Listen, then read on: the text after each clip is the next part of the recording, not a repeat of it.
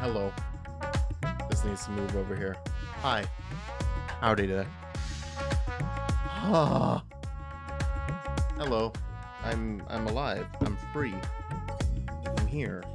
I should probably let me send a tweet. I'll send a tweet thing. Hi. Hey, second. All right. I should also probably get into Discord. That would help too, right? That would help a lot. There we go. Damn, this shit keeps dropping. Why does B keep dropping harder and harder? Yeah!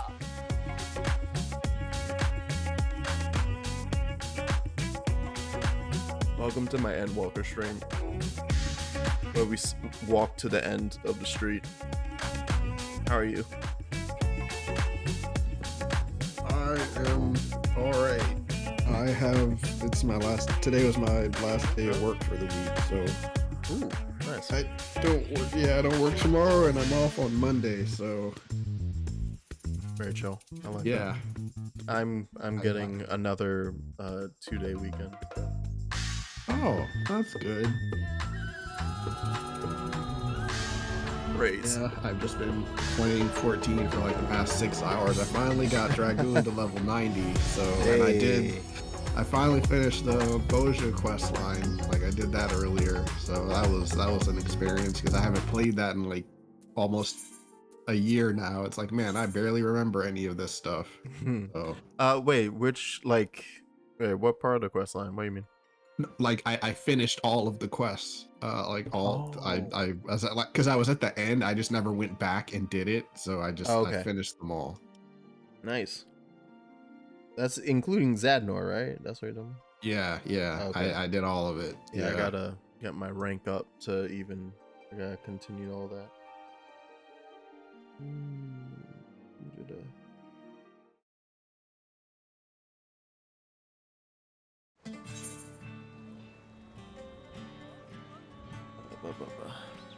Speaking of, landed right here, because this is the last thing I do. Literally, like, I end stream and then I try to come here if possible. Well, no, the last couple times I just have turned the game off, but usually I try to then pop in and be like, okay, let's see if I could get anything done. I didn't do my goddamn loadsome memories today. I didn't have time, but yeah. All right. 1 sage. 2, before I head back over to the goddamn moon, I just saw someone do this, and it made me realize, wait, I need to. Oh wait, how do I? No, not near completion ones. I need to see how do I turn the filters on? Why can't I click them? What, do I not have any filters with this? No, it's not letting me click any of the filters. Oh, for achievements? Yeah, I don't know how any of that works. I saw someone doing it today and it looked like she just clicked them so that I could, because I want to filter. Hold on. I just want to filter it for things that I may have gotten the achievement for. Oh, yeah, you have to go to it, yeah, because that only shows the last 5, and yeah, so you have to go into like one of those other ones. Yeah, because the top 3, like the relevant section, just shows the last 5 that you, Got it. Okay, yeah. Because the relevant section shows the last 5 that you got, and then there's like a watch list, so you can like track certain achievements to see how far you are, and then there's like whatever area you're in, it shows you what achievements you can get in there, So yeah, because I want to go through real quick and make sure, like, see this? I never claimed freaking, is that Louis Soir? It is. Apparently I got him off Final Coil, yeah. So just seeing her go through this, I was like, oh shit, how much stuff have I just not ever claimed? Oh, look at this nonsense. My commendations. A partisan's crown. Oh, I got a crown. And a princely hatchling. I feel like I shouldn't claim this yet just because I need room in my armor. And I'm not heading over to the dresser anytime soon, so that could stay there. I'll remember. I now know how to. Oh my god, all these songs. No. Yeah, there's a lot of stuff in there. Freaking Prelude and Ultima's in here. Defender of the Realm. Oh my god. Oh, so much stuff. They give you so much stuff. I feel like I should have something for one of my weapons. I did this goddamn Zodiac weapon. You give me something. God damn it.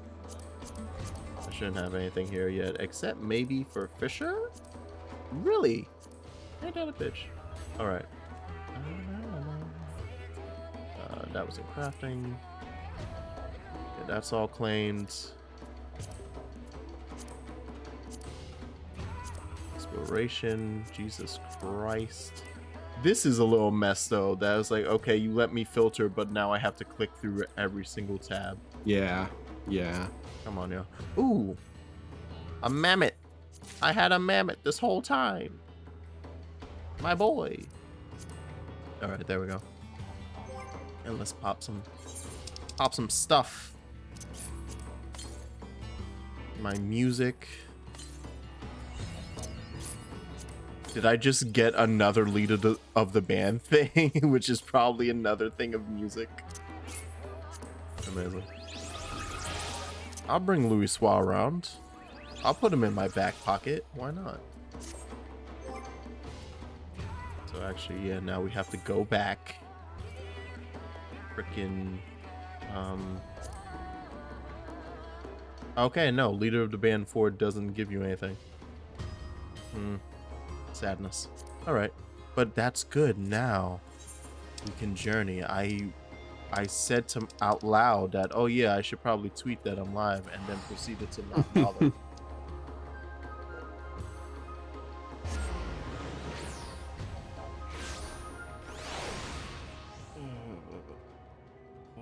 That came up. Wait, T.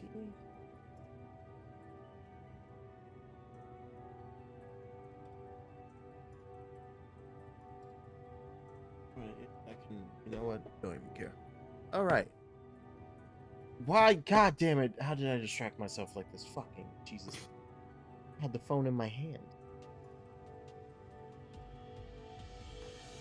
Hi, it me, She-Hulk at your service. No, I'm not typing that.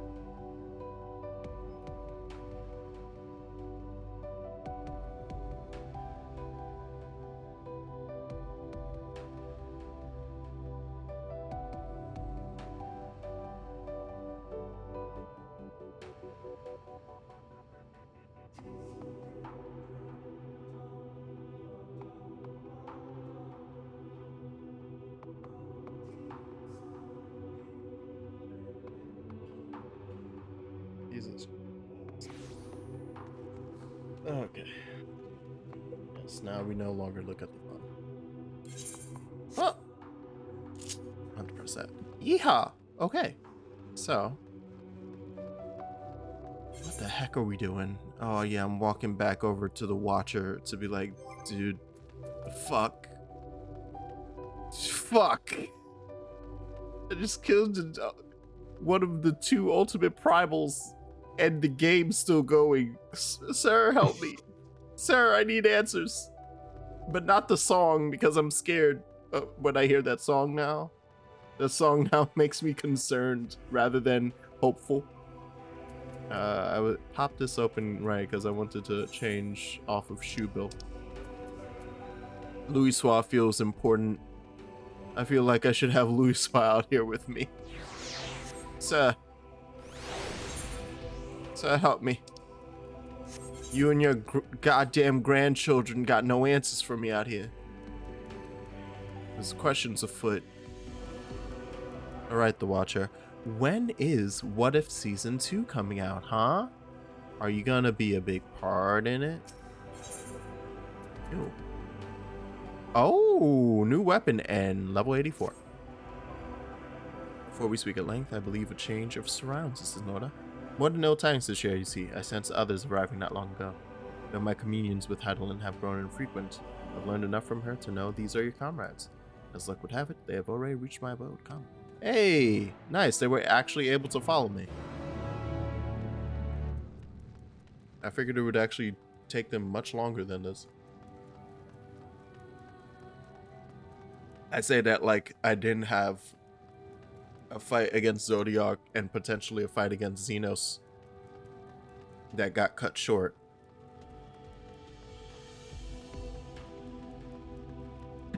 Yeah, it's like, what did you think everyone else was doing while you were just kind of hanging out in the Shadow Realm? I don't know, twiddling their thumbs, trying to stop the tower from collapsing on everyone who was still alive in Garlemald. And just small things like that. Remember when Papalima had to sacrifice himself to keep Shinryu from wrecking you until Omega could wake up? A month later, you've killed Zodiark. Yeah, we've made some steps, huh? We made a couple giant leaps. Hey, it's a Nikoni. Hello. How you, Stola? How you doing, man? Thank goodness you're unharmed. Also, hi, Taka. I didn't say. Did what we could to subdue them, not without casualties. Some few detonated explosives, killing themselves in the God. Contingent's healers had their hands full tending to the injured and enthralled when we took our leave. So yeah, you did basically have to leave that like half finished. It was like, we kind of gotta get fucking up there to support.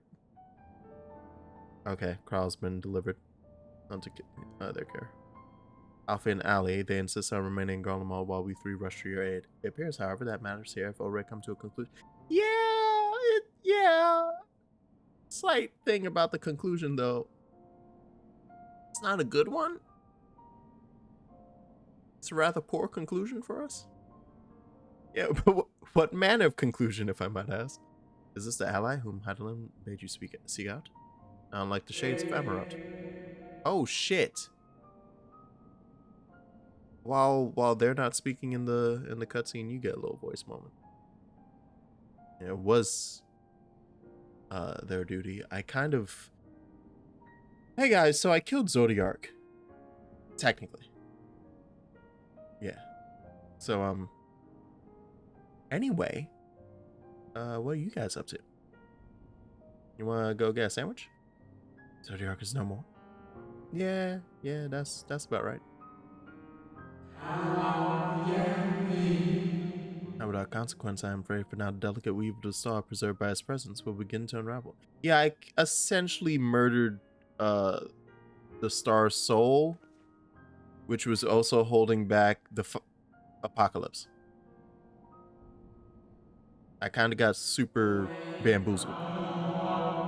My attempts to forestall Zodiark's release have all but exhausted me. If you might allow me to rest a short while, I will share with all I can.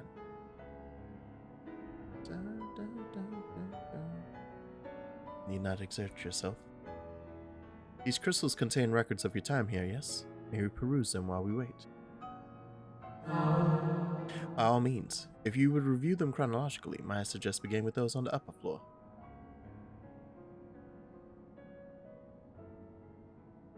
I shall leave that to you, Jax, while I see what can be gleaned from the crystals on these lower levels. Alright. Time to book nerd? Nerd book? I love it.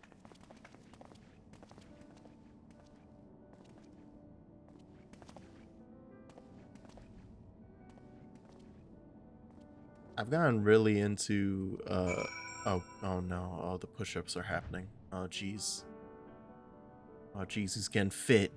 He's getting too strong. Gotta go. I got really deep. I somehow ended up very deep into Zelda lore YouTube. And I didn't mean to end up there. And then I ended up there. Oh, look, it's an Espanol. Now I have to run for my life before fucking Ducky shows up in the goddamn my world doing some scandalous shit behind my back, and the cutscene ends. I'm like, what is this? What is this?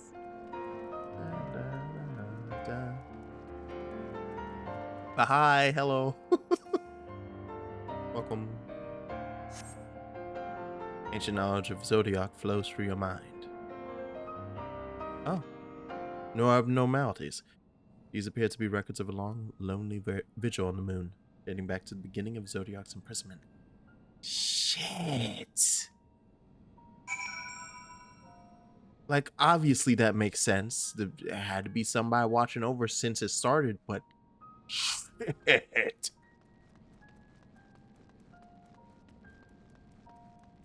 That's several millennia, right?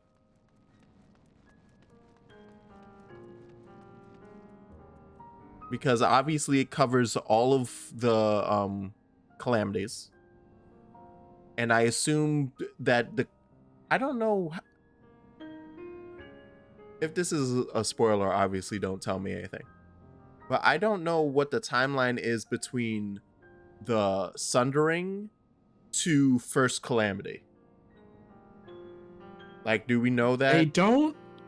Well, the first Calamity, I think, was when old Charlene was founded. I'm pretty sure. I'm trying to remember the order of events here. Like I'm trying to remember because they mention it. Like they mentioned the order that it all goes in.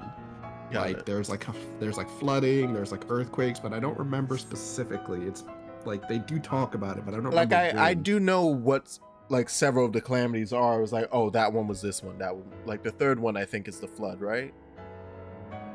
Am I remembering third or the fourth one is the flood? Oh no! Yeah, Charlene was the water calamity. Okay. It was a flood. I don't know if they repeated either. Oh, so that is the first one then? Because that's the one I was thinking of that killed Mosh and that made the arc to escape the flood.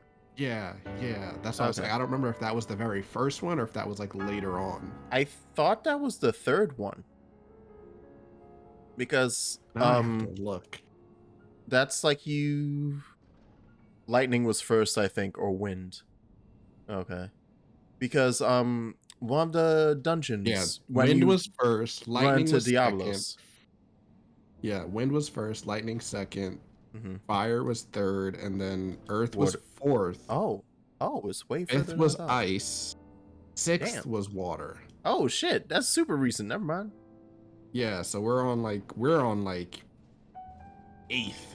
So that's like two. Yeah, so the very first one was, I'm gonna scroll back. Is this literally about to tell me? I just looked at what the crystal says. Knowledge of past calamities flows through your mind. Might. Records describe how with each rejoining, Zodiark's thirst for freedom grew as did the strain on the brands. Maintaining Zodiark's imprisonment appears to tax Hydaelyn greatly. Okay, no, it's just a little. But yeah, Hydaelyn could only but do so much to hold the binding. Oh, Graha shows it in one of his cutscenes. The first Calamity. Knowledge of past rejoinings. Records describe the Watcher's efforts to prepare in the event Zodiark broke free from its prison. Records go on to describe maintenance carried out regularly with the Loporits, though it's not clear who or what they are. Right, there's a whole bunch of moon I haven't been to. Record of an unexpected visitor flows through your mind. Records note the Watcher's musings when Elidibus spotted on the moon, though clearly not for the first time.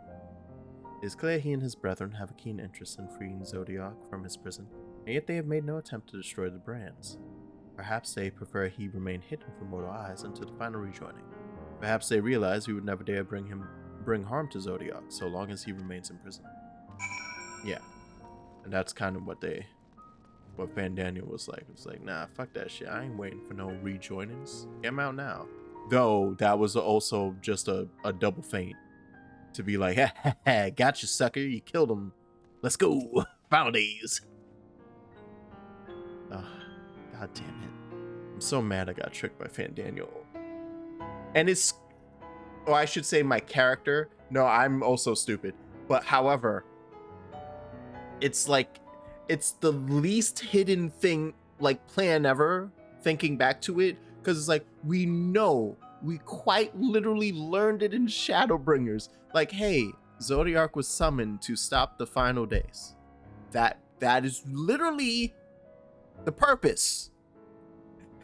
So it's like, what happens if you merge Zodiark, huh? What do you think gonna happen? It's just gonna be la-di-da? That, and we also learned that Zodiark's essentially the soul of the fucking planet. So it's like, yeah, you think it's just gonna hunky-dory? Oh yeah, sure. Well, Okay. not exactly. Is he not does he not represent the Not. soul of the planet? Or the original planet? I mean, kind. What is that, Kind of. Endwalker spoilery? Yeah, I'll just Okay. I'll say yes and no, but I won't Okay. say any more than that. Was it, because I thought in Shadowbringers they were like, yeah, no, he's essentially the essence they of created the planet. him as like they get, well, yeah, in that sense, yes, like he was created as like the will of the star, essentially. Yeah, okay, that's the wording I was trying to look for. Yeah, that was the wording that he isn't the planet itself. Yeah, he's not it's the literally planet. just Okay. Yeah, exactly. Okay. Got it. Sorry. I couldn't remember the wording, It's- so I was saying it the wrong way. Right. Yeah, no, that's fine. It's like it's not really like something they bring up very often aside from that, because if that was the case, like Elidibus kind of said he was the heart of Zodiac Yeah. at one point. So it's like, well, if he's dead, then what happens to the rest of him? So Right. But Good point. obviously Zodiark was fine because we yeah. fought him. So Yeah. Was in fact created by Hydaelyn. When the Watchers said he was created together with this place, I thought he only meant this facility. Truly, Hydaelyn's powers are far beyond anything I could have imagined. She made a goddamn moon. Well, before that, she also helped with the Sundering, but it's a moon.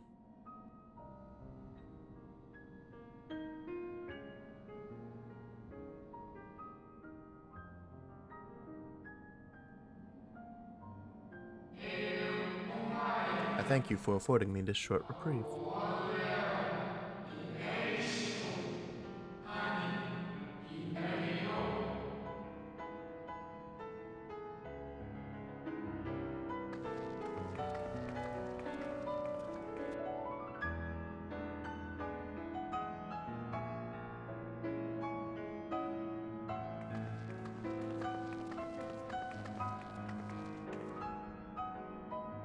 It is we who should thank you. The records stored here are nothing short of extraordinary. There is much we could learn of Zodiark and his imprisonment, but perhaps you could offer us more focused guidance. Pray, tell us of the calamity that came before and comes now again.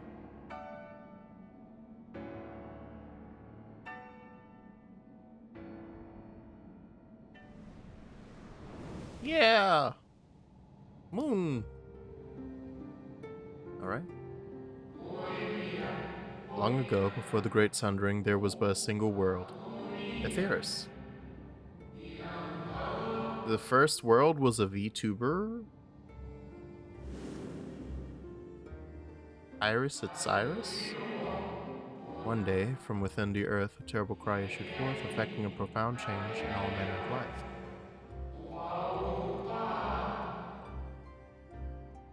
I'm sorry. We were not exempt. Our creation magics ran rampant, giving shape and form to thoughts of hopelessness and despair. I'm sorry. Is this the plot of Final Fantasy, The Spirits Within?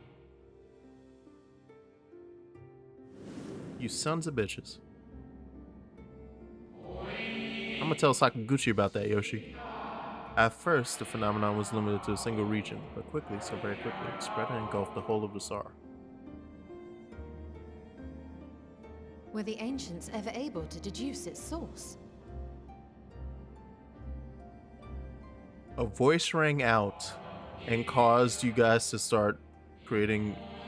A voice rang out. Pick where next the corruption would manifest.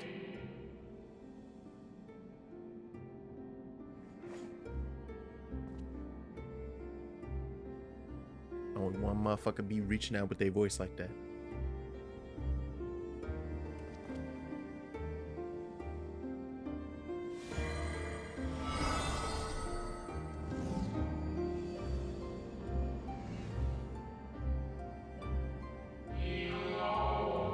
The etheric energies which flow through all of creation in the form of various currents. I'm learning.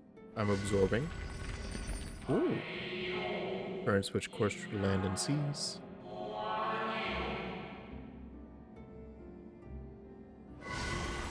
Okay, we are gonna get, yeah, all the elements of those which flow through the very air.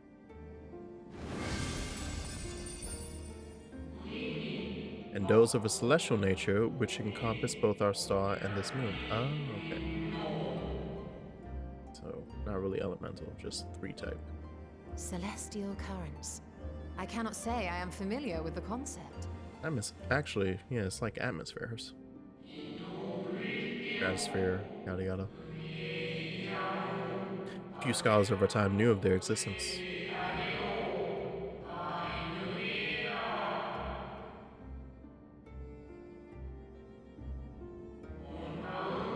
Their invaluable knowledge helped us to better understand the nature of the calamity.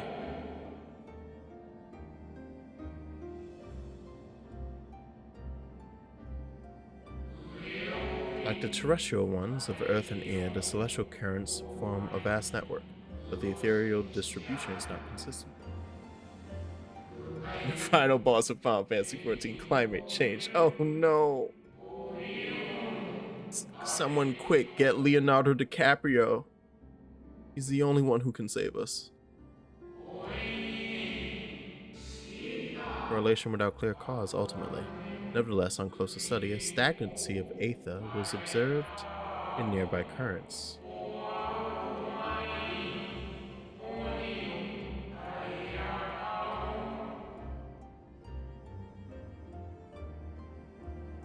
And so they sought a means to harness the forces of darkness, of activity and growth. Thus was Zodiark conceived. No less a power than a god's could set right the laws of nature and quicken the flow of ether within the star.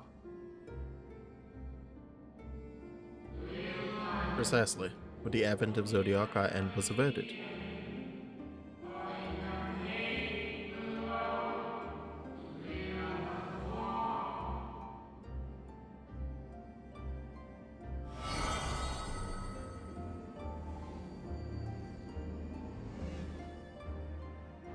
What problem? Selk claimed that those who summoned Hydaelyn did so because they saw Zodiark's power as a threat. Is that true? Indeed, there was a faction opposed to Zodiark's creation, but their aim was never to unmake him.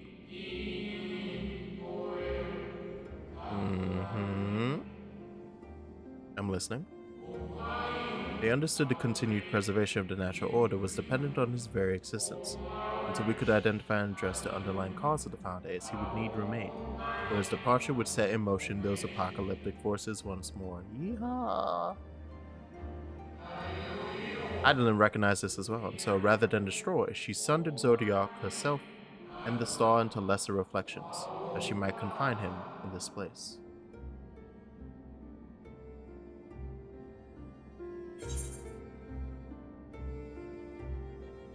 And what she told me in the ethereal sea was false? It was sworn she beseeched me to banish the darkness?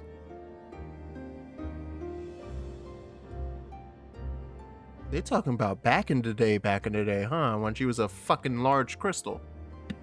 Yeah, literally like the beginning of the game. The very first, yeah, I can't remember the exact words she said.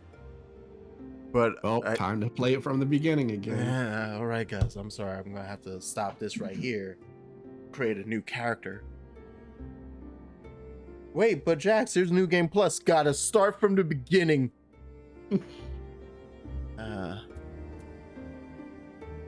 This sounds like something she may have said. I don't remember that. Damn, y'all, that's a hard call out.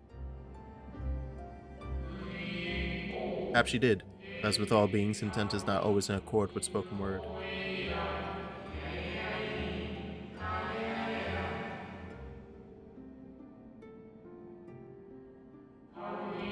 Hydaelyn and Zodiark are both constructs of man, approximations of perfection, limited by our own imperfections. Yeah, gods made by man It's never worked out. Not once. Zodiark was without question the more powerful of the two, having been born from the sacrifice of half Aether's population. Right, yo? Half! Calm down, Thanos! Fucking half! Jesus.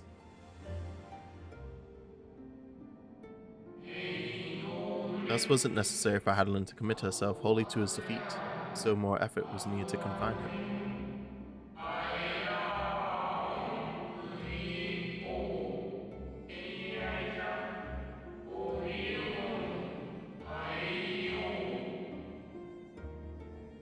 There's a slight confusion in my brain that I'm gonna have to figure out after this scene. Maintaining the brands taxed her greatly. With what power she dared spare, she cried out to any who might listen and offered her blessing to those who heeded her call. Here, listen.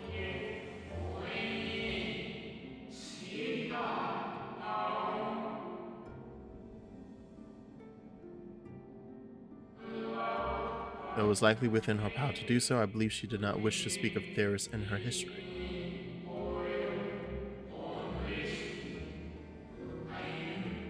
That's fair. I feel like that bit's fair. Might have taken a few extra minutes, really, and a freaking whiteboard to explain the finer details of that. Like Zodiark, Hydaelyn's purpose is a reflection of her creators. They wish to look to the future, not linger in the prison of the past. Okay. So she's also literally built to be like, nah, let's push forward. In motion 7 rejoinings before we came to oppose them. How many more worlds would have been lost had we not placed our faith in her?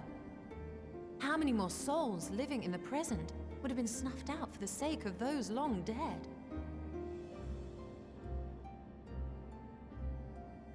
Well, in light of recent events, I see no reason to doubt your words. And even if Hydaelyn is not a god in truth, if Minfilia believed that we should trust in her plans, then I choose to do just that. I don't know, Thancred. I'm feeling itchy about it now. Which brings me to a rather important question. Let's suppose we try but fail to stop this second coming of the final days. Should the source fall, what will become of the other worlds? That's a great question, Thancred, actually. Yeah. Is this a Persona 5 situation? Joker dies, game over? Nomenclature is more fitting than you know. Sounds like it's a Persona 5 situation.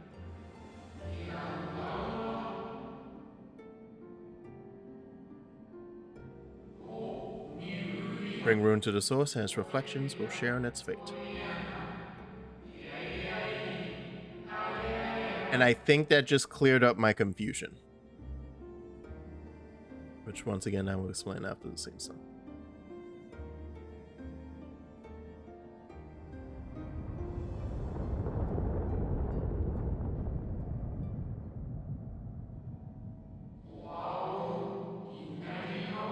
What you mean is red? Nah, explain that. This way, if you be so kind.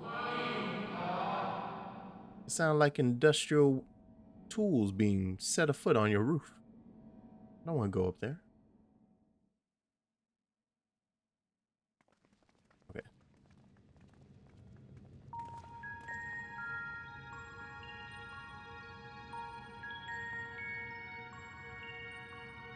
You build quick. Beautiful sight, is it not? Was that there? No, that wasn't there. Yes, but what is it? Other construction workers union? Ain't no way. Hydaelyn knew better than any that her power was not absolute. Indeed, she has ever struggled to hold Zodiark and his faithful at bay.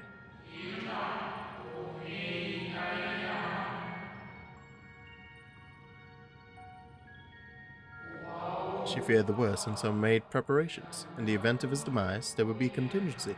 Oh wow, that's good. Yeah. Yeah, I like that. Yeah. Just looking at that fucking elegant nonsense in the background. Moon is more than a prison. It's a vessel capable of bearing the people of Aetheris to safe harbor. Oh, it's a ship. We're on a moon ship. That's cool. You need not go far to find its pilots. In fact, I should be happy to take you to them.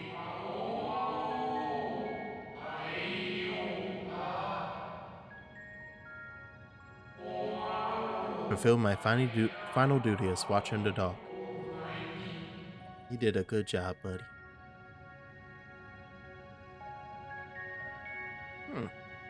Yay, more moon time. I think if I pop that, I'll officially have my first, like, actual upgrade of this expansion. Give me that weapon. Yeah. Ooh, wings. All right. Right. Yeah, I was about to say, I know those are better. Yeah. Let me gotta do the schmovement. Oh wait, right, I could just do. Oh my! Ooh, these look so much better. Yeah. Yeah. Look at this show off. Pleasure to meet you as well. Are you samuraiing? You're samuraiing. I mean, I changed my buttons. I'm just getting used to them again. Oh, okay. Purple fin funnels. Yeah, I love them. All right. Although, speaking of that, I think that's... Yeah, I was about to say, I think that's that's officially the first thing that's better than what I've had. So, I'll wait to change out the armor. We'll see. Hey, nice fit, my boy. I like it. All right. Right, confusion from that cutscene that is now fixed was me going, hey, yeah, everyone's sundered, right? Especially Zodiark. And we only killed one part. Shouldn't he still technically exist? But then it was like, no, you kill the source, you kill all of them. Oh, okay, cool. I don't know if that's exactly how it works with Zodiark, but that makes sense in my brain. Because if it's the same thing that happens to all the other shards, I would assume that also occurs to... Very much the same as, like, murking... I guess murking Emmett or something. Like one of the unsundered. How the fuck are we... Oh, right. I just walked super far out before getting the quest. God damn it. I was just ready to start walking over like, yeah, baby. Why is this person just in the wall? Why are they... What is happening to them? Also, that mount is very shiny. It has many colors. Oh, time to fix this oopsie. Alright, I also need to just at random... Northeast, got it. I'll remember to get those later. It's inside, right? Did I... No? Oh no. Oh no, what have I done?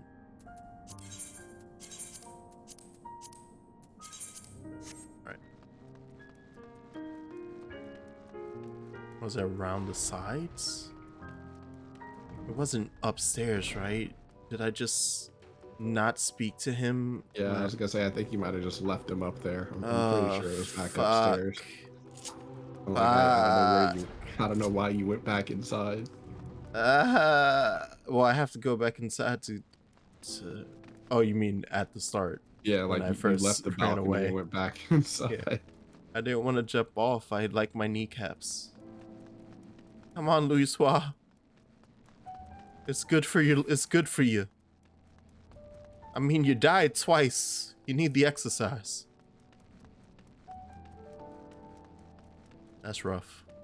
Dying twice. Couldn't be me. God damn it. Hey, Watcher, can you give me that quest, please? Thank you. Ooh.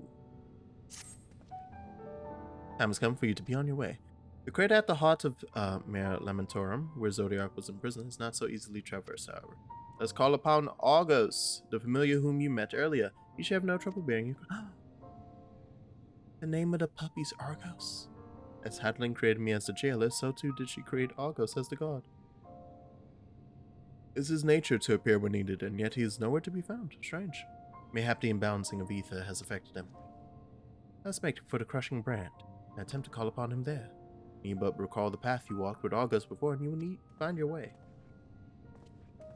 If he labors in service of Hydaelyn's plan, I see no reason not to do as he suggests. Shall we make for this crushing brand, then? Yes, we shall. And I'm gonna do it this time by breaking my knees. Ow. Ow.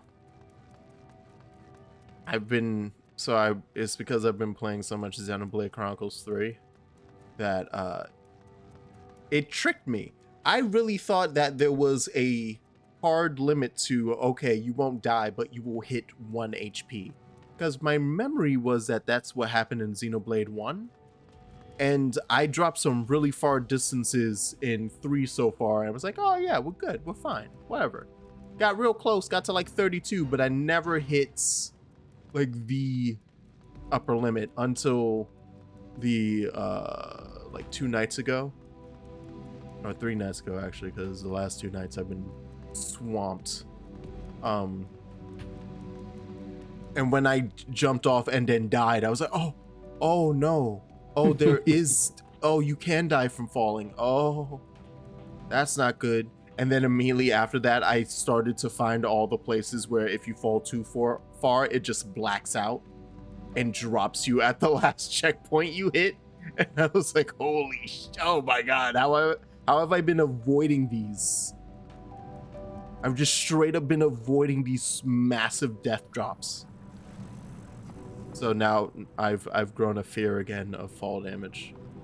It's been a while since I've had to fear for it. And I guess technically it can happen in this too. It's just if you're in combat, right? Yeah, no, if you're out of combat and you fall, you can't drop below 1 HP. Yeah.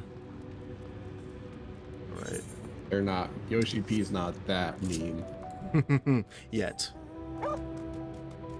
Then No, 7.0 Yoko Taro game. Son? You trip over a rock and you're dead. Fucking God, what a genius. What an evil man genius.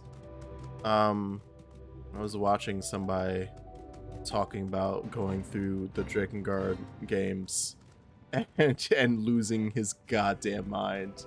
I was like, yeah. From a fan of said series, don't play them. Just don't.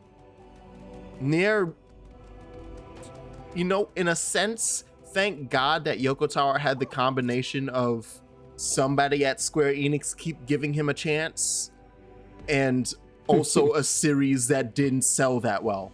So he had to extend off and do some other stuff that he still kept connected, but it's such a hard spin-off that really has nothing to do with his first series.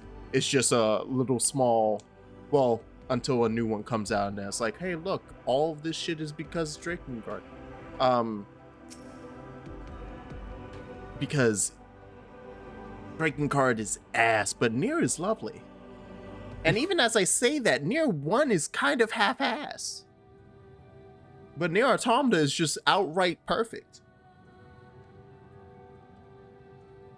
Worst thing about it is the PC, the PC version, the original. Well, they fixed that though, right? Yeah. So that's finally fixed. And even if they hadn't finally patched it, a new edition came out that I think is now the Steam version. I think they just outright replaced it. No, oh wait, no. The patches that they did were the patches from that edition. So yeah, they fixed something in, like, I think it was when it came to PS4, or yeah. And then they just took all of those and said, here you go, PC. After like another year and a half. I was like, okay, thank you. We all had the farm mod installed for the last 4 years at this point, but thank you. Like, I mean, yeah, you fixed it. We had already done it ourselves, but we'll Yeah. take it, I guess. And even your fix, like, doesn't give me a hard lock at 60 FPS. It's still like struggling to get to 55, 52. I shall follow you, Watcher, please. Guide my hips. But still, yeah, I think I'm very happy that he had that combination of series that was like, doing okay, but also somebody believed in him enough to keep giving him chances. Because otherwise, I'm pretty sure Nier wouldn't have happened. At any other company, like, to get a full trilogy of games. Actually, no. Technically, Drakengard 1 and 2. He's got like two trilogies, doesn't he? Was there 3 Drakengard games? There's 3 Drakengard games, but I just remember that Drakengard 3 came out after the first Nier. So he technically only had Drakengard 1. Then he wasn't even the director for Drakengard 2. He was off doing some other shit. He was just so like, he wasn't part of that game at all? he's like creative, not even like creative lead or anything. I think it's literally like he has like some writing credit or something. That's it. Drakengard 2 is Yoko Taro, like how Dark Souls 2 is to Miyazaki, because they gave that to another director and FromSoft as well.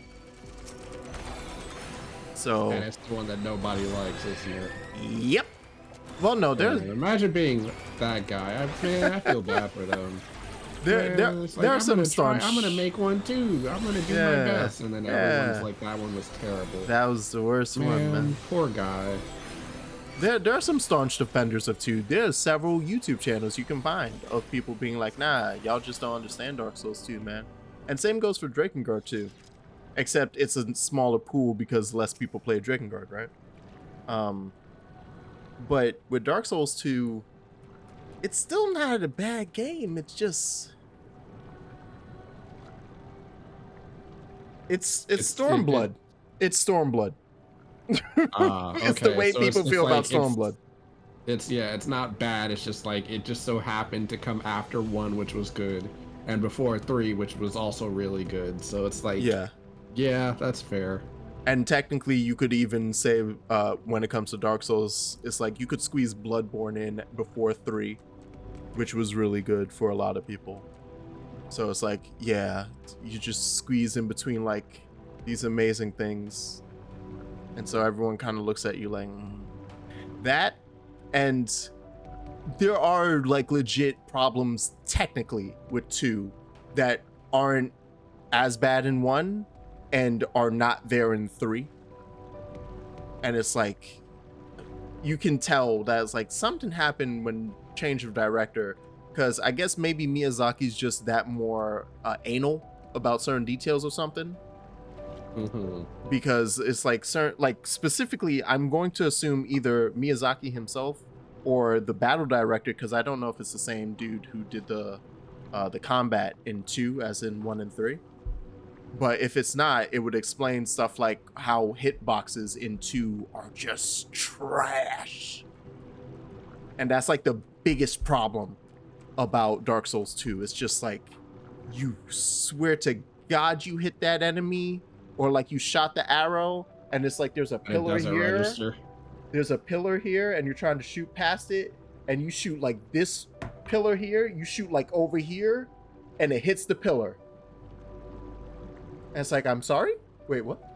And then the enemy's magic is closer to the pillar and hits you. And it's like, you motherfuckers. It's stuff like that that makes 2 like insufferable to me. Drakengard 2 was also made definitively non-canon after Automata came out, because Automata confirmed which was true ending to... Right. Yeah, that's true too. Drakengard 2 is hard... well, is it hard non-canon, or is it just a different ending? I know that because based off of what leads into what, but I don't think he's ever said that none of them, like, there's the true ending, quote unquote, which is E. Well, it's usually the E up until you get to, no, in Automata it's E as well. It's usually the E one, but what is it? People guess that like Drakengard 2 comes off of Route B, I think? Because there's one of the routes where the right people are alive for them to be in 2. Because several of the endings is like different groups of the main party and like supporting cast might die depending on which ending you're in. So I think it's ending B. That's like, okay, these are the people who show up in 2. So it must be this one because that guy's dead in C. So it can't be C if he shows up in 2. All right. But yeah, I might also be mixing it up with Drakengard 3 because with Drakengard 3, I think it was specifically that he was like, no, technically all of these are canon. Time is weird. All right. Yoko Taro time is weird. What the hell are we? The Lunar Spungui. Talking to that ancient is like Gongaga stalking you throughout MSQ, same height difference. It's me, Gongaga. That's funny, so. Now I am the Lalafell.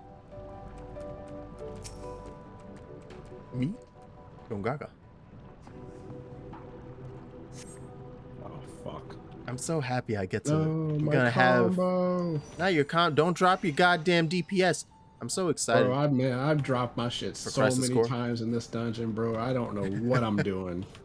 I joined the FF logs, not because I actually care, but because I wanted to I don't see know the why numbers. you did that to yourself, buddy, because now Yeah, you're gonna no. look at that shit all the time. Nah, it's fine. I just wanted to see the percentile thing that I keep hearing about.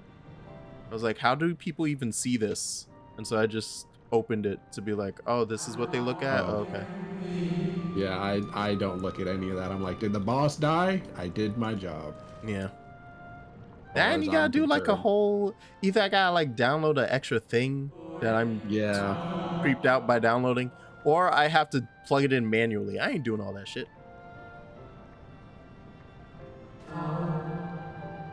As for your companions. Yeah, and then there's the ending where the Seeds of Destruction just spawn 1 million of the final boss. Yep. Exactly. He can do it. I believe in him. Get in there, Kime. Just keep swinging. That's what Jack does.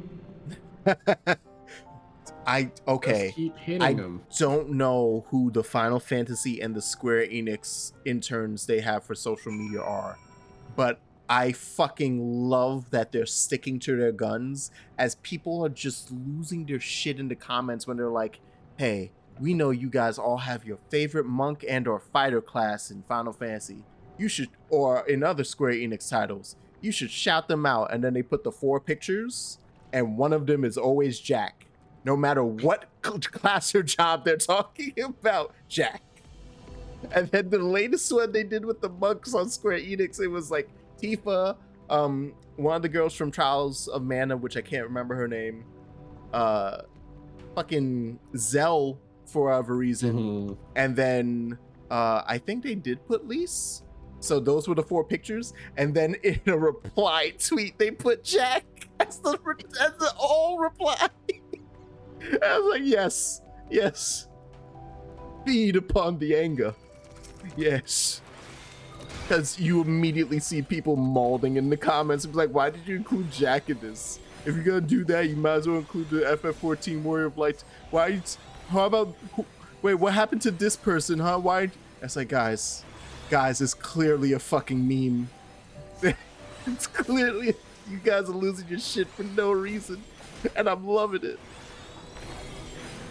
I'm so happy Stranger of Paradise exists. I'm so happy it's a good game. It so easily could have been terrible. And like to the point where even the funny cutscenes and memery of Jack's existence wasn't enough to like make it better. But no, they did it. It's fun to play, and it's fucking hilarious. And also a pretty decent mystery, because I'm legit like, what's up with the time stuff? I know there's a time loop, but I'm confused on exactly why it's occurring this way. That's a good game right there. Better love story than Twilight.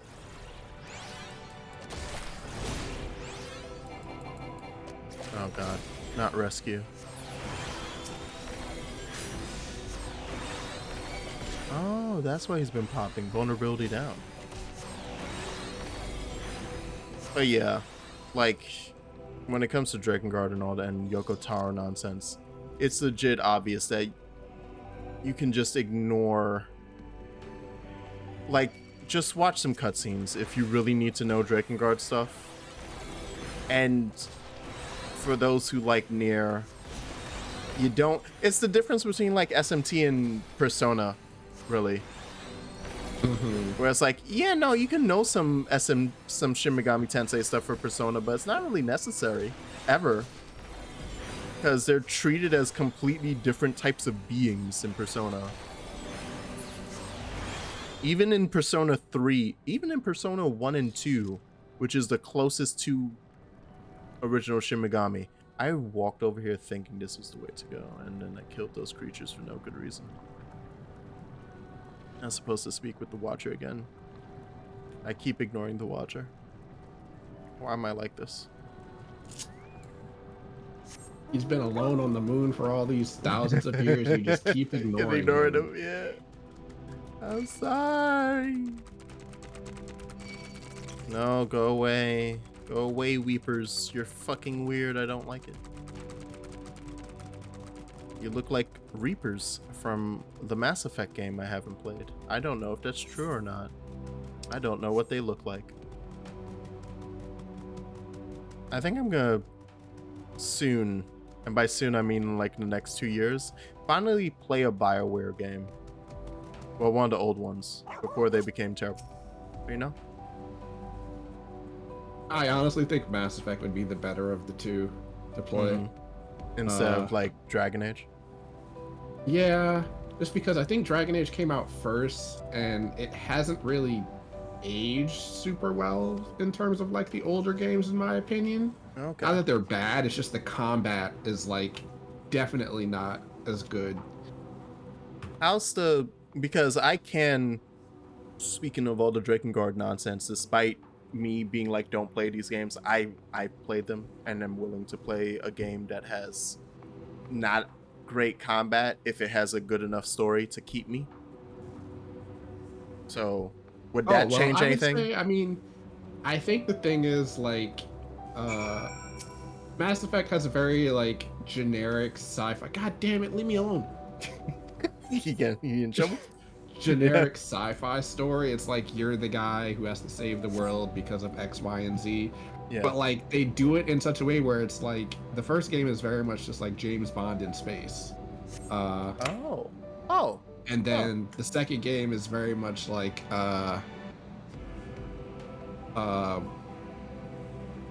what's the word? Like that Star Wars movie, the good one. Which one? The one with the one where everybody dies at the end. The good one where everyone dies. I don't remember what it's called. Not New Hope. Rogue One. That one. That's the one. That one. It's basically like that. Kind of. Not as bad. Not as extreme, like, because you basically, when you go into the movie, you know everyone's gonna die at the end because you've seen all the other ones, and you know basically because of the way that the story plays out, you're like, none of you are gonna survive. Like, that's the whole point. But like, it's basically like that. And then Mass Effect 3 is where it kind of falls flat, but I feel like that's because of the issue of, is it really mostly just the ending? Oh, setup. And the ending setup, and the way that I feel like the way that the story was done, it's like the ending really couldn't have gone any other way. But there's also some, depending on how far, like depending on what you do in the second game, And like if you play, like there's a specific DLC that you don't have to play, but you really should, Yeah. because it explains a lot of stuff and like gives you a bit more detail. And because of that, I feel like a lot of the things that happen in 3 don't really make sense. So it's like, at least for me, like when you think about it after a while, it's like, well, how did that happen? Because what about when this thing happened? And like we all saw this happen, and it's just kind of like, yeah, there were pieces that didn't line up. So I think like the thing with Mass Effect is the gameplay wise, like it's a shooting game. You can't really mess that up too bad. It's, you point your gun and you shoot. It's not, it's very forgiving. But the problem with Dragon Age is it's very much like an old classic RPG, like Baldur's Gate style, where it's literally just like, point and click and attack kind of thing. Yeah. So like the first game didn't age super well in my opinion. Also, it came out around the PS3, Xbox 360 era, where like everything was brown all the time. So, there's that. It's not very pretty to look at. And 2 had the what other people call the Final Fantasy XIII problem, where it's just like a bunch of long corridors when you're fighting. Yeah. Like that. I personally didn't care, because I'm like, the story and the characters are cool. And then 3 kind of builds off of 2, in the sense of like but the problem with 3 is like it was, I think, BioWare's first like real foray into like open world gaming. And they didn't really know what they were doing, because it kind of suffers from that problem of like, there's an open world here, but there's not a lot going on in it. So it's like you're moving around this huge area, but there's not a whole lot to do. So it's kind of just like there was really no reason to do it like this. But the story is cool. So there's that. It's just, yeah, I don't know. I'm like, depending on... Yeah, it's like, I don't know. I guess for you, I feel like the world building in Dragon Age is honestly way more intricate than Mass Effect, but I feel like the overall gameplay and just like story beats of Mass Effect would be more hit better. For first time person would probably be better to digest, because Dragon Age also doesn't technically follow the same character through all 3 games. So Mass Effect does. Like literally you're playing the same person through all 3 games, asterisk, asterisk, asterisk, and that asterisk is there because that's technically, depending on what happens, there's a spoiler in there for that, but I won't say what it is. I didn't lose my mind. I was like, this entrance feels very Crystal Towery. But yeah, so I would say, and with Dragon Age, it's literally like the first game you play one character, second game you play another character, third game you play a different character, but it's all within the same universe. It's just because of the way their stories play out, you literally are not like, it's like one of those things where it's like their job is done at the end of the game. There's no reason for you to play them anymore. So they don't like force you to go through and say like, we're just going to make a story for this character. It's like, no, there's literally nothing left for you to do. So that's is crazy. Oh, this place is enormous and cool looking. And plus, I think the Mass Effect, they have it on PC, right? Yeah, Mass Effect, like they have the Legendary Edition, which I think would probably be better to start off with, because it's actually been updated. Yeah, it's all in one spot versus me being to like somewhat current standards. So yeah, okay. I don't know if they'll ever do that for Dragon Age, because I feel like Dragon Age 1 came out like 2006. It's old, so okay. But then yeah. But yeah, I was like, I need to give this a shot.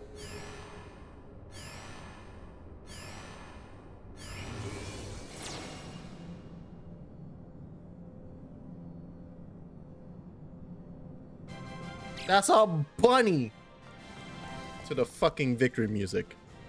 Oh god, oh no, they've been waiting for this. Oh no. Oh, the chat's been just hanging out for this moment. These are fucking FF12 Moogles. You can't trick me. You can't lie to my face. Why is it the victory fan here? God, I'm gonna die from this imagery. Look at these tiny little turban bunnies. Anchor's face, just like seeing all these little tiny creatures just walking out. He's just like, oh god. There's a sleepy, a mopey, a angry, a dopey.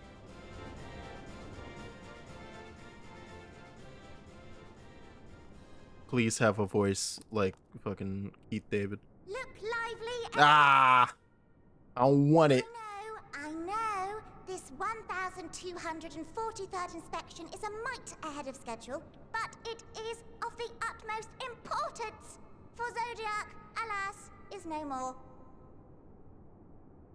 As of now, our mighty moon has a new purpose: to bear the people of Aetheris to safety. Oh, am I watching fucking Office Space? Come, my friends. Oh god, oh no, they're adorable. Oh, I hate it.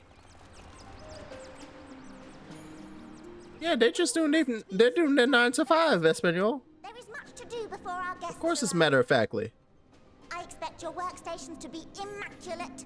And Look at don't this. forget to relay our signal to Aetheris. Questions? Yes? No? Maybe so? No? Then hop to it!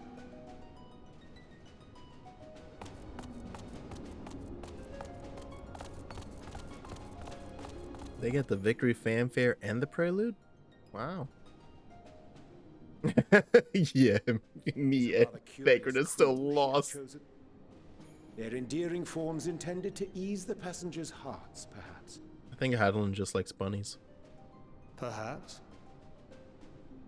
You good, Baker?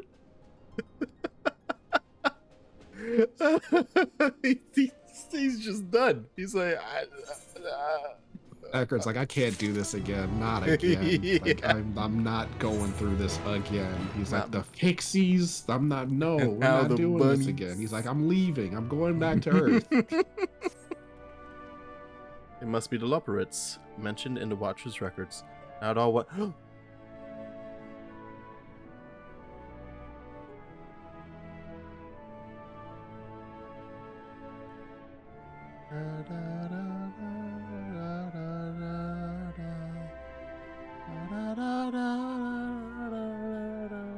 Ah, yeah, baby.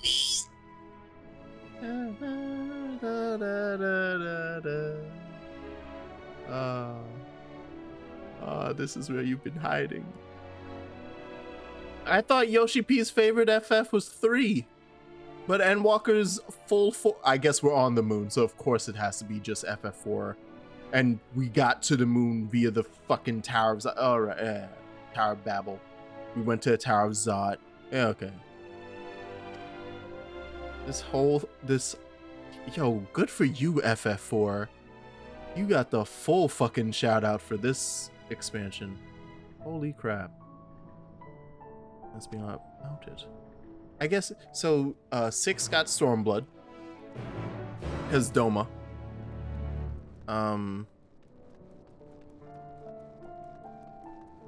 Tavern's Word is kind of just Tavern's Word. Like, you can count because the Zero Dragon. So that's more 4. A lot of 4 love. 14. Shadowbringers is, well, I can only think of the normal raids, which is Final Fantasy VIII and my beautiful, wonderful daughters. The Ronka was what? That's 1, right? Or 2? Oh, the wasn't that Ronka. Yeah, that's like 2, 3. Oh no! Whoa. Oh yeah, Shadowbringers is a bunch of 3 because it's all literally with Graha and the Crystal Tower and all of that. That's Right. yeah, it's all around 3. Literally, Graha's theme is the Final Fantasy III world map music. That's why every time I hear it, I have a little cry. Trading way. A hairy situation accepted. I didn't even read the goddamn title of the frickin'. How am I supposed to get up there? Hold on. All right, no, let me talk to you first, and then I'll drop off the stairs to get that ether current. I'm sorry? Lee of the crew, not me, I'm afraid. Singing Way's the name. Oh no. Oh shit, it's these guys. You're not a bunny in the original. It's all the something ways. I think his original name is Naming Way or something like that. It's a dude that you meet that lets you rename yourself, if I remember correctly. Oh. It's weirdest fucking mechanic. Yeah, but so there should be and Trading Way. Yeah, where's Naming Way? Where is he right now? Let me change my name. Let me do it. Camping Way. Oh god. They gave that naming convention to y'all? Jesus Christ. What's funny too, I think it was very much an Officer Jenny nurse. What the fuck is the name of the nurse in Pokemon? Oh, is the minion you get? Aw. Break my neck. Nurse Not Joy. sure if it's Nurse Joy, thank you. It's very much, Naming Way is very much a Nurse Joy, Officer Jenny type of vibe. Because I'm pretty sure like every single one you meet is a different one. In the show, yeah. Oh yeah, no, in the show, but I also mean like in Final Fantasy, Naming Way, that character is like always a different one when you meet him again. And so it's doing the same joke. What the fuck?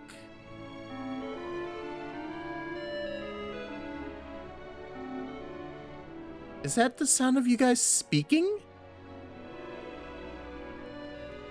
Also, let me see how many currents I have to get. A lot. Good. No, that... He's eating a big-ass red carrot. Good for him.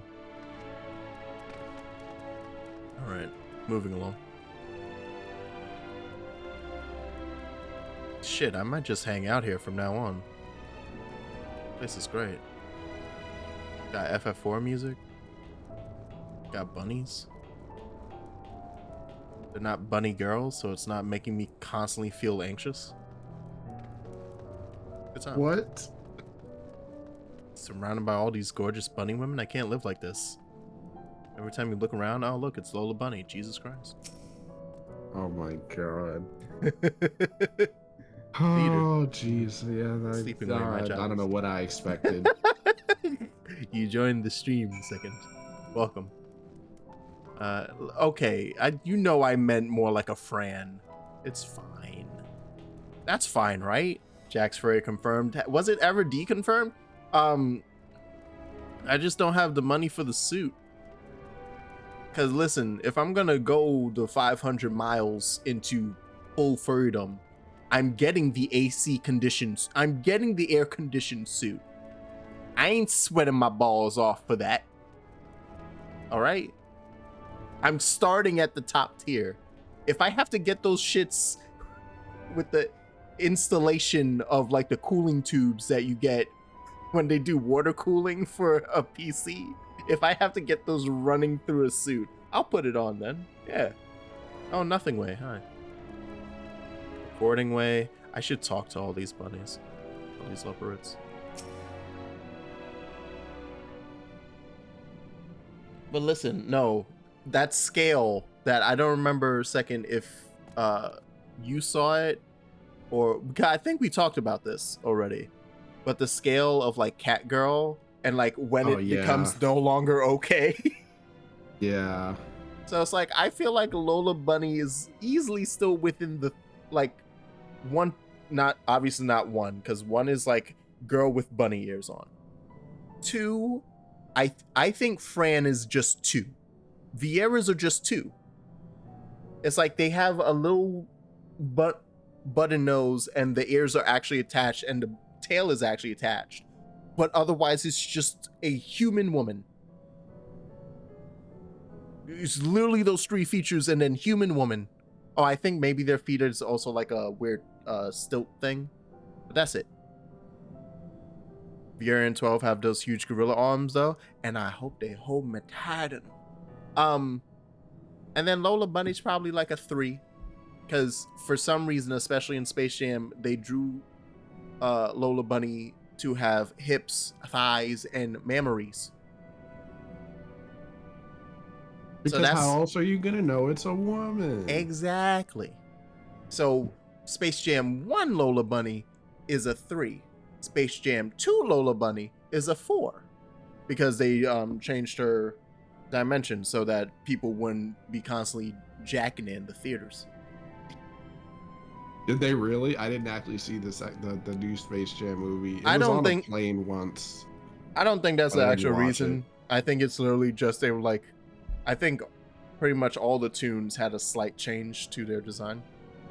I think it was just a design change across the board. But it was the thing that a bunch of people was like, where are my bunny tits? And I was like, what the guys, you can't just slow down. You can't just admit to it that hard. Just outing themselves on the internet.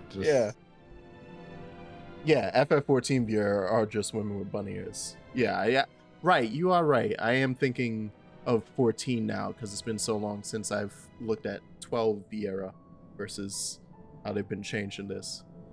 And mostly it's changed in this, I guess, because of like the character builder. And look, we only got but so many features in this thing. Almost everything can look mostly human, and then we throw something on it that changes it. I'm a goddamn Rogadin. The only thing about me that doesn't look human is that my nose is square. And I'm tall, real tall. Too tall.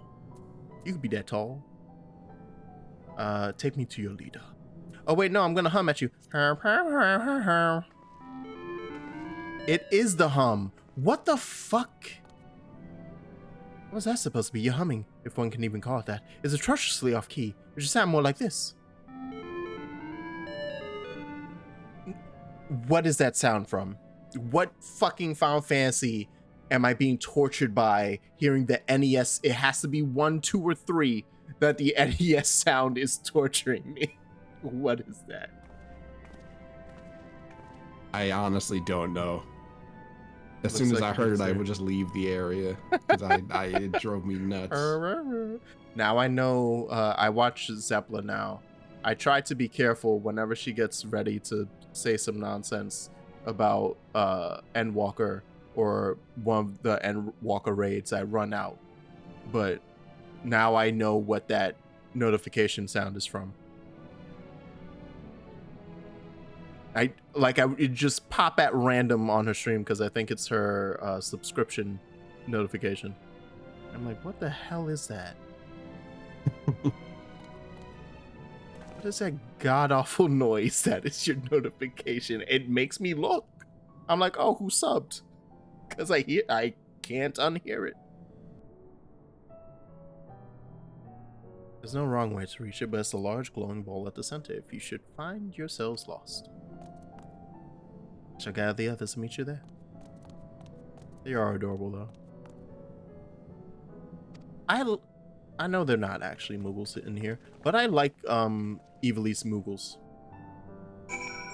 I think prefer the Ivalice. You mean the Moogle ones design. from the actual 14? You mean in 14 or like the actual ones from Tactics? The ones from Tactics in 12. Oh, like the bunnies. That looks like a giant bunny. That's why I'm like, these are just Moogles, because these look like the Moogles of Ivalice. It's just little bunny children. Because I don't.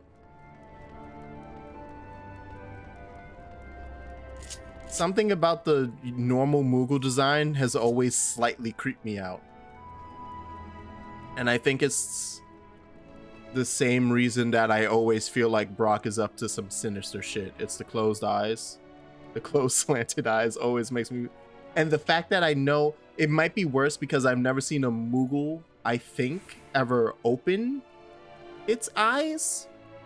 But I've seen Brock do it in like 2 episodes of Pokemon. A lot of Pokemon references today. And because I've seen that, I know it's possible. And every time he's done it, it's not been for a good reason. So I'm like, fucking Moogles, up to some shit. I honestly don't. I know he's done it, but I don't remember when. So honestly, yeah, I can't remember when. He hasn't even done it when he's like going auga at a woman. Like, that's how rare it is. But it's normally To be fair to him, I don't think it's ever been in a case of him doing some reckless shit. It's usually been like something is about to go down. And it's like, oh, I gotta see this. I gotta open my eyes for this one. I might die if I don't. Like, damn, all right. I gotta open my chakras for this one.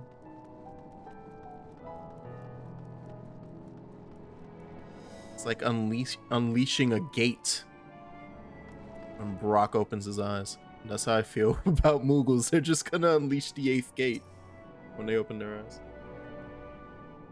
Replay that Good King Mog fight in Extreme. I bet you opened his eyes at the very start. Right, of course.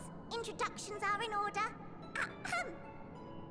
My name is Livingway, and we are the Loporrits. Hi, Livingway. Created for the express purpose of commanding this ship and bearing the people of Aetheris to a brave new world. Hey, Aetheris. That's how you pronounce it. Okay.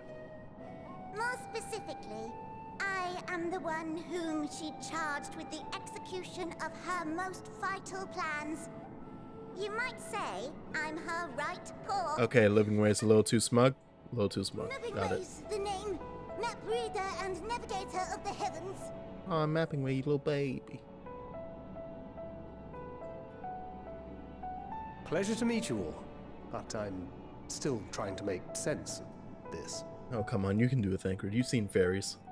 Confusion and bewilderment are completely understandable. Fear not, I shall walk you through it. Just think of them as Lalafels with staph infections. No fault of your own, I'm sure. Set in motion a series of events that, unfortunately, culminated in Zodiark's obliteration. Acutely aware of the imminent crisis, your parents sent you little ones on ahead while they began the necessary preparations.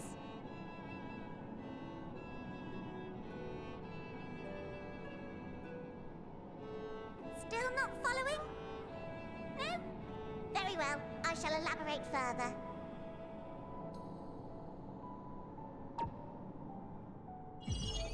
Ooh! That's the Xenoblade Chronicles X map. Here we have Aetheris, your home, and the moon, where we are now. Without Zodiark around to keep things lively, so to speak, the celestial currents of the star have doubtless begun to degrade. This feels weird hearing the name of the fucking planet. Calamity of apocalyptic proportions will be visited upon Like Aetheris, 50 times in a row. all life. Very sad, that. Yeah, Livingway, very sad, man. Oh my So god. too hath the Watcher claimed. By thine unperturbed countenance, I gather this eventuality was anticipated. The doom and gloom. Oh yes, quite expected. You love Livingway? Yeah, no, Livingway has some Imagine, charm. if you will, that I feel Aetheris is a delicious carrot that I've forgotten to eat and left out in the midday sun. What is this analogy? The most earnest wishes or prayers will not stop it from rotting to the core. So sadly, there's nothing to be done but to abandon said carrot, Aetheris, in case the metaphor is lost on you. Yeah? To its grisly fate. Yeah, no, the fucking... Get in there, voice actors. Serve as the Get in vessel there. to deliver us to a new home. This voice acting is spectacular. Just so, we will gather up as many people, supplies, and resources as our stores will hold. Are you telling me this is straight up a fucking arc to escape Aetheris? And then, once everyone is aboard, it's off to another star. What, are we going to where fucking Midgar Summer Yes, came I've been from? done, admittedly, for one does not simply hop from star to star on a whim, which is precisely why we've spent countless years constructing the most propulsive of propulsion systems. We ought to make it to our destination in 2 shakes of a rabbit's tail.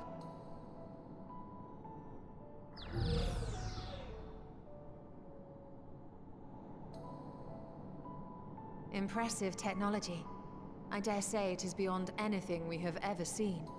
Oh no, we cannot go to the FF7 world. No Nope, need nope, to shower us nope. with praise. All Nope. we've done is faithfully carry out the instructions left to us by Hydaelyn. Back in the old days, when she was still just Venar, she was dedicated to the study of the world and its inner workings. And the Watcher, the real one, not the simulacrum you met, was one of her fellow researchers. We and this wondrous vessel masquerading as a moon are products of their knowledge and know-how. There's certainly more to you all than meets the eye. Might I ask where exactly you intend to take us? We identified a few promising candidates for resettlement some time ago, but we cannot guarantee that they are fit for habitation.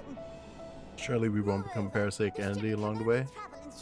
Were we the Genova all along? Go down our list, hopping from star to star until we find one suitable for resettlement. No need to worry, though. The vessel is being refurbished with accommodation for an extended stay as we speak. We go with this plan. It's like, okay, we have enough food and air for 3 weeks. What amenities were That's not essential. enough. I dare say we have risen to the challenge. Help? From who? Okay, this is a very large ship because it's the moon. How? Yours! Who else? Oh. Each time we worked to perform regularly scheduled maintenance, we were greeted by the resources you sent us. What better way to learn about preferences and proclivities of our present-day charges? Resources we sent. Ah, but you're still adorable little children. Perhaps your elders were responsible for the deliveries. I'm not sure what led you to conclude otherwise, but I can assure you that we are all grown men and women. Not compared to I them. very much doubt my elders know this place exists. We're not Much less how old to send compared you to so them. much as a starlight missive. What? Then who in blazes let you on my moon? My moon? Oh shit. What are you doing on my ship? Hydaelyn herself led you here. Yeah, she likes me too. You don't say. Well, that's Oh really no. not children. Then why are you so small and stunted? Like little baby cats? This little shit. Okay, I like her. This little Teams asshole. were a great deal taller. In the present day, persons of such prodigious size are exceedingly rare. So, you're saying everyone's not like the Watcher? Very different. Also, does what you got, Found it all. that includes food, huh? At least scribbled a note about your profound miniaturization. How long ago did you get that food? That tome in thy possession.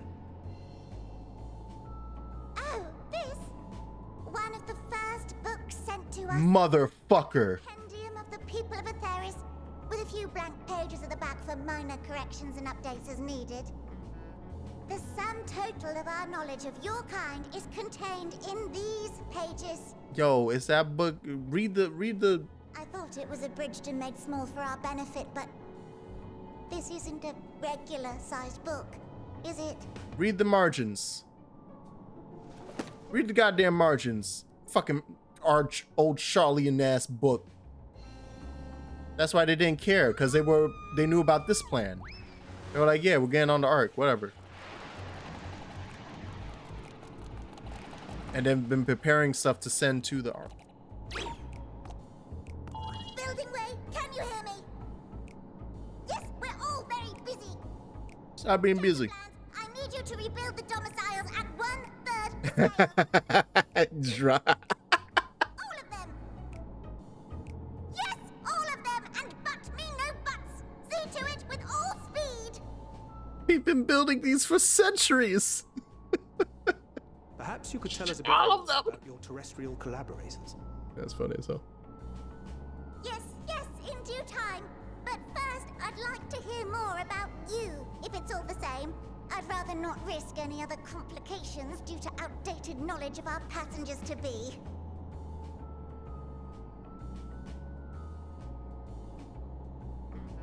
Well, as you can see, generally, in terms of what we like to have for meals, we eat. You eat? You didn't know we need to eat? Oh god, we're gonna die on the ship.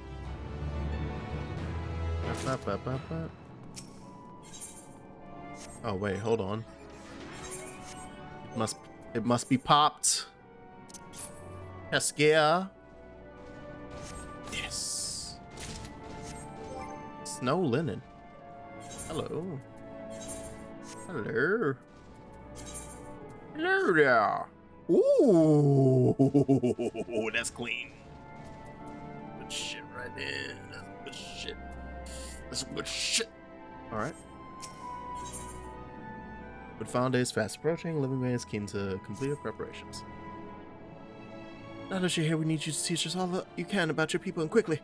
Won't be long before the final days are upon us and all their terrible grandeur. It is imperative that we be prepared to receive our passengers. If there's anything at all that may displease them, it must be addressed post-haste. And address it we shall. Here at Best Ways Borough, we have assembled everything required to offer our guests the best way forward. Ahem. We have produced a myriad amenities we understand to be essential for day-to-day living, and I wish to hear your opinions on them. I'm sure you've all worked up an appetite, so why don't we start with food? Okay, alright, good. Good, food happens. Good, we all know. I saw them eating carrots, but you know, I wasn't sure. She does not want for enthusiasm. The notion of Aetherius rotting to his core being a matter of course is rather concerning. Nevertheless, let us take this opportunity to learn more about the Luperites in this vessel. Yeah. This is a cute little section to get me up to date with. I'm sorry, hold on. Okay. I got scared for a second. I was like, surely this isn't its own map, but then I saw that. And I didn't remember seeing a section title, like a area title pop up. Should I just drop down and break my back? Yeah, it's down. All right. Whee! Surely this wasn't a bad idea. Perfect. What do they mean more down? What? I'm gonna go to this big ass door. Oh my god. Oh my god. Excuse me? What the fuck was that?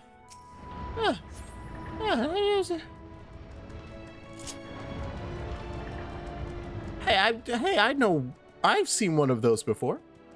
I made one of those. Yeah.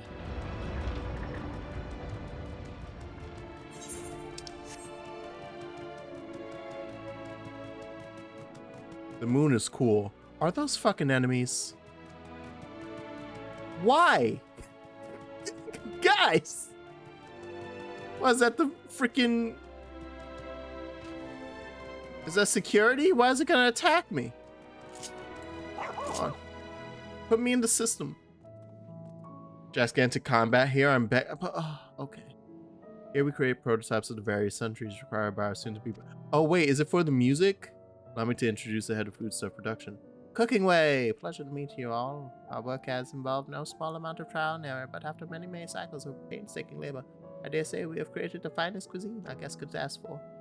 I've learned all about the essential nutrients for a healthy and balanced diet from the reference materials we received. I practically won the words from those invaluable pages. Naturally, we've also considered ease of growth and production. We were not one for ingredients. I must insist you try some. We have fresh stock, recently prepared on account of, well, you know, we're hungry. Hop along the platforms and you'll find a storage unit full to bursting with delectable delights. Help yourself.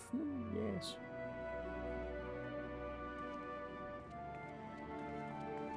Alright. Everybody but me.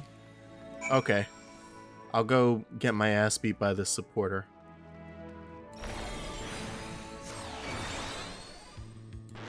Bitch. Da, da, da, da. Okay. Okay. Just... Yeah, they just straight up said, yeah, we're just gonna...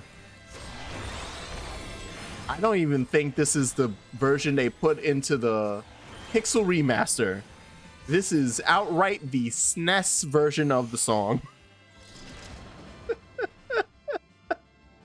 That's good. Good transition. Good fade. Good fade. Okay. Yeah, no, that's great. No, this area is amazing.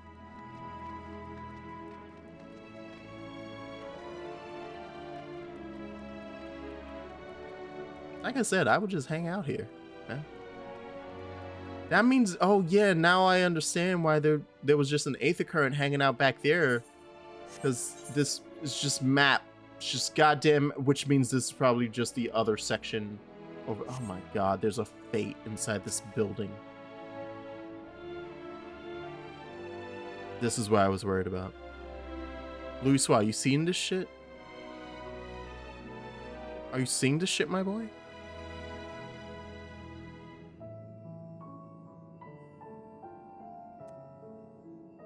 It's fucking raw. Oh, just buy any of the carrots. I'm gonna take the ominous crimson one. Soft texture and redolent aroma of this crimson creation belie its staggering weight. Excessive length and girth only compound the mystery. They didn't need to write it like that, leaving you perplexed as to the nature of this carrot. Yes, feed me. I saw a bunny eating it. You elect to simply take an obscenely large carrot for now. Due to its bizarre qualities, it would be prudent to ask Cooking Way whether it's safe to eat. Okay. You are not allowed to eat it until you ask, hey, is this poisonous? No, come on. Oh no, my inventory is full. You did it. No. You done did it. I bring a carrot. Ah, yes, a fine choice, one of my personal favorites, actually. Please dig in. I'm eager to hear what you think. You didn't even cook it. You just tell me to eat the fucking carrot. As with great trepidation, you take a bite out of the carrot. The carrot is oddly tender. As you begin to chew, a richer aroma fills your nostrils. Newfound vigor begins welling within you. The rumbling of your stomach, however, suggests it may simply be indigestion.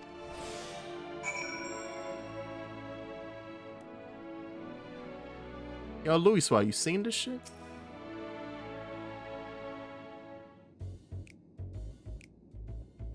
Do you think like anything you've ever tasted yet? The iron carrot can be a bit difficult to digest, but the boost in endurance it promises makes it the perfect meal before a day of heavy lifting. There are plenty of other varieties too. Bleeding carrots to improve blood flow, dream carrots to help with sleep. Do they taste like iron and blood? What does a dream taste like?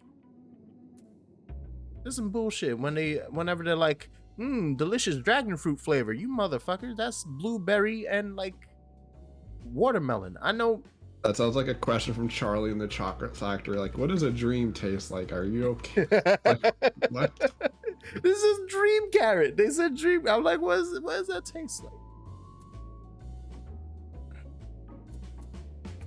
What if I don't like carrots?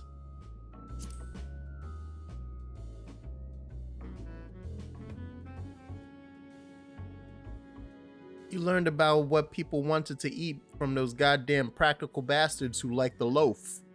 This is why it's a terrible choice. Pureed versions? I don't want. Oh god, not carrot smoothies. Oh, my stomach just churned.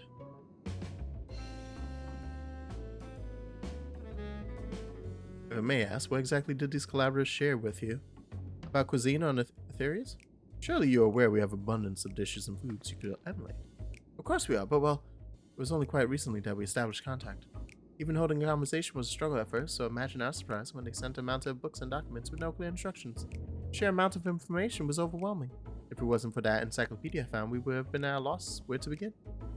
And so we decided, rather than divide our resources and prepare for a variety of middling and potentially unsatisfying meals, it'd be more efficient to devote our efforts to the production of a single perfect food. So y'all made carrots. You don't even cook them. You literally just, you mean steaming, boiling, roasting, and the like? I suppose we could prepare the carrots in other ways. Our primary concern was efficiency, and what's more efficient than sinking your teeth into a carrot fresh from production? Just dry, just fuck it. Give me the loaf. Give me the goddamn Archon loaf at this point. Jesus. Just shove the fish bones down my throat. They'll have more flavor. Cooking Way isn't my given name. Carrots.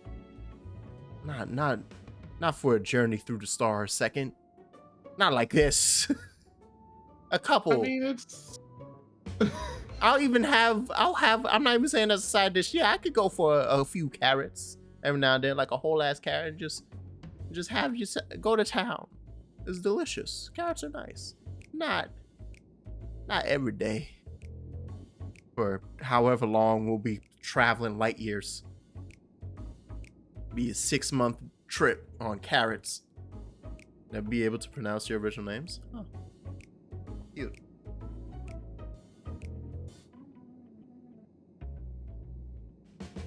I hope our critiques such as they are. Though if you should decide to preserve flora and fauna from Aetherius as well, you'll be able to offer to passengers a more balanced diet. Yeah, maybe you could get some lettuce or something. That's not much better, but at least it's a different vegetable. They're bunnies, Jax. They don't know. Yeah, they do. Bunnies eat lettuce. Give me some. I've seen it. Seen it. Yay, it's the leg stuff. Yeah, I want this whole outfit. It looks amazing. I love this jacket. I think we've had our fill of carrots for now. Oh, have you? Our clothing production is sure to impress this way. Surely. Definitely, 100%. Won't be a problem here.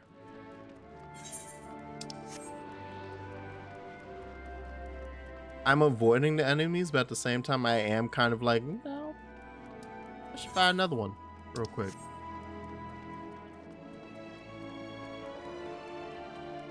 They built these so huge. I know it's because they thought we were all the size of the olden ones, but come on now, y'all. This had to take forever just for you guys to make. I mean, think of how long they've been up here, Jax. Yeah, they've had the millennias. I guess it's been a while, so They've had quite some time. You discovered a new location. It's called the other side of the room.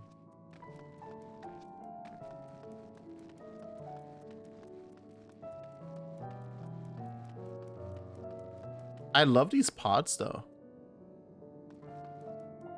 It's a very interesting design choice. Very Capsule Corp Dragon Ball Z.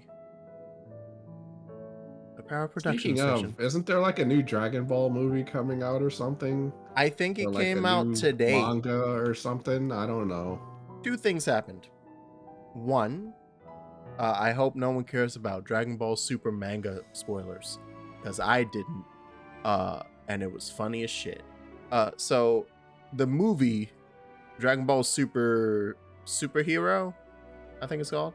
I think it came out today, or it's coming out tomorrow, and that's seemingly going to put Gohan back in the starring role, or like he's gonna be the one to save the day. So I want to watch it because give my boy Gohan his due back. God damn it, y'all kept, you turned the boy into a joke like 4 different times. It hurts my heart. Yeah. Oh, okay, Yeah. Espanol. Don't Good get too night. tired. But yes, go to sleep, get some rest. Thank you for stopping by and watching, and thank you for telling me to fight people here so that I could hear the music, the bad music. And then the second thing is that the latest chapter of the Super manga, Frieza got a new form, and it's Frieza Black. And apparently he's now stronger than Ultra Instinct Goku. All right. I mean, okay. But the best part about it is because you know how everybody joking on Frieza because he's like, you monkeys, and all those edits and stuff. Uh-huh. Now people are like, damn, he was a brother the whole time. Nah, shit. Nah, he's just an Uncle Ruckus. Oh, we can bring him back. Oh Like- my god. It was like, he got the pass then. It's fine. He can say it. He's been able to say it the whole time. I'm sick of people. Oh my god. So that's been the funniest shit to come out of that chapter. coming out. I was like, oh, Frieza's black now. You come in, my boy. I was like, no, why are we inviting? He cannot be at the family reunion. He fights with everyone. I was like, damn, I didn't know Frieza I have to go look this up because this sounds ridiculous. Frieza, you mean Frieza is just Candace Owens? Oh, God. I was losing my shit. But yeah, go look up Frieza Black. If you just type that, you'll be like, oh yeah, Frieza has a new form, and it's just Frieza Black. Like, they're really trying to just, like, come up with stuff, man. It's like, come on. Even Roshi had a better showing during Tournament of Power compared to Gohan. Right! Now, what I will say is that apparently that's specifically the show, because the Tournament of Power happened in the show before it happened in the manga, and I guess enough people so were they just kind of made up their own ending? Pretty much. And the way that certain fights happened in the show, like, I guess with hindsight, Toriyama was like, yeah, I probably they shouldn't have done that. We shouldn't have gone with that. Because Gohan, I think, from what I remember seeing in the manga, the way he goes out in the manga, he's the one who fights Kefla and is like kicking her ass in his human base form. And he gives the line like, yeah, I stopped going for Super Saiyan stuff because I wanted to evolve as a human. So like as Kefla, the like fused version of the two female Saiyans from the other universe that like Goku and them are like having a cool ass fight with and stuff. But in the manga, it's Gohan who is like wrecking shop with her. So it's like, okay. The manga rectifies some, and I think it's a double KO. Similar to like in the show, but instead of it being just, I don't even remember who he double KOs with. I think it was the speedster, and it looked like trash, like how he gets taken out in the show. But in the manga, it's like, oh no, it's literally a fused Saiyan, which is top tier in terms of strength for most of Dragon Ball, and he's a double KO. So it's like, okay, fine. Yeah, that's how it should be. At least he didn't go out like a goddamn punk. Hydaelyn, in her infinite wisdom, bless us with the self-same affinity for magic her people possess. We have other amazing talents, of course, and I know you're dying to hear about them, but I will regale you with the details another time. Oh, so you have creation magics.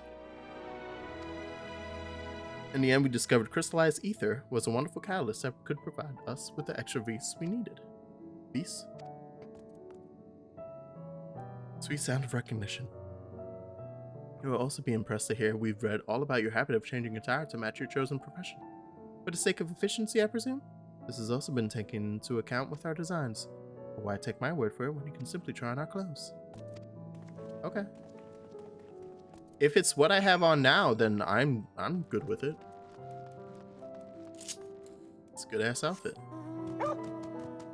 Oh yeah, okay, so I looked it up. I'm like, they're talking about characters I don't know about. They're like, yeah, look at Frieza. I'm like, oh man.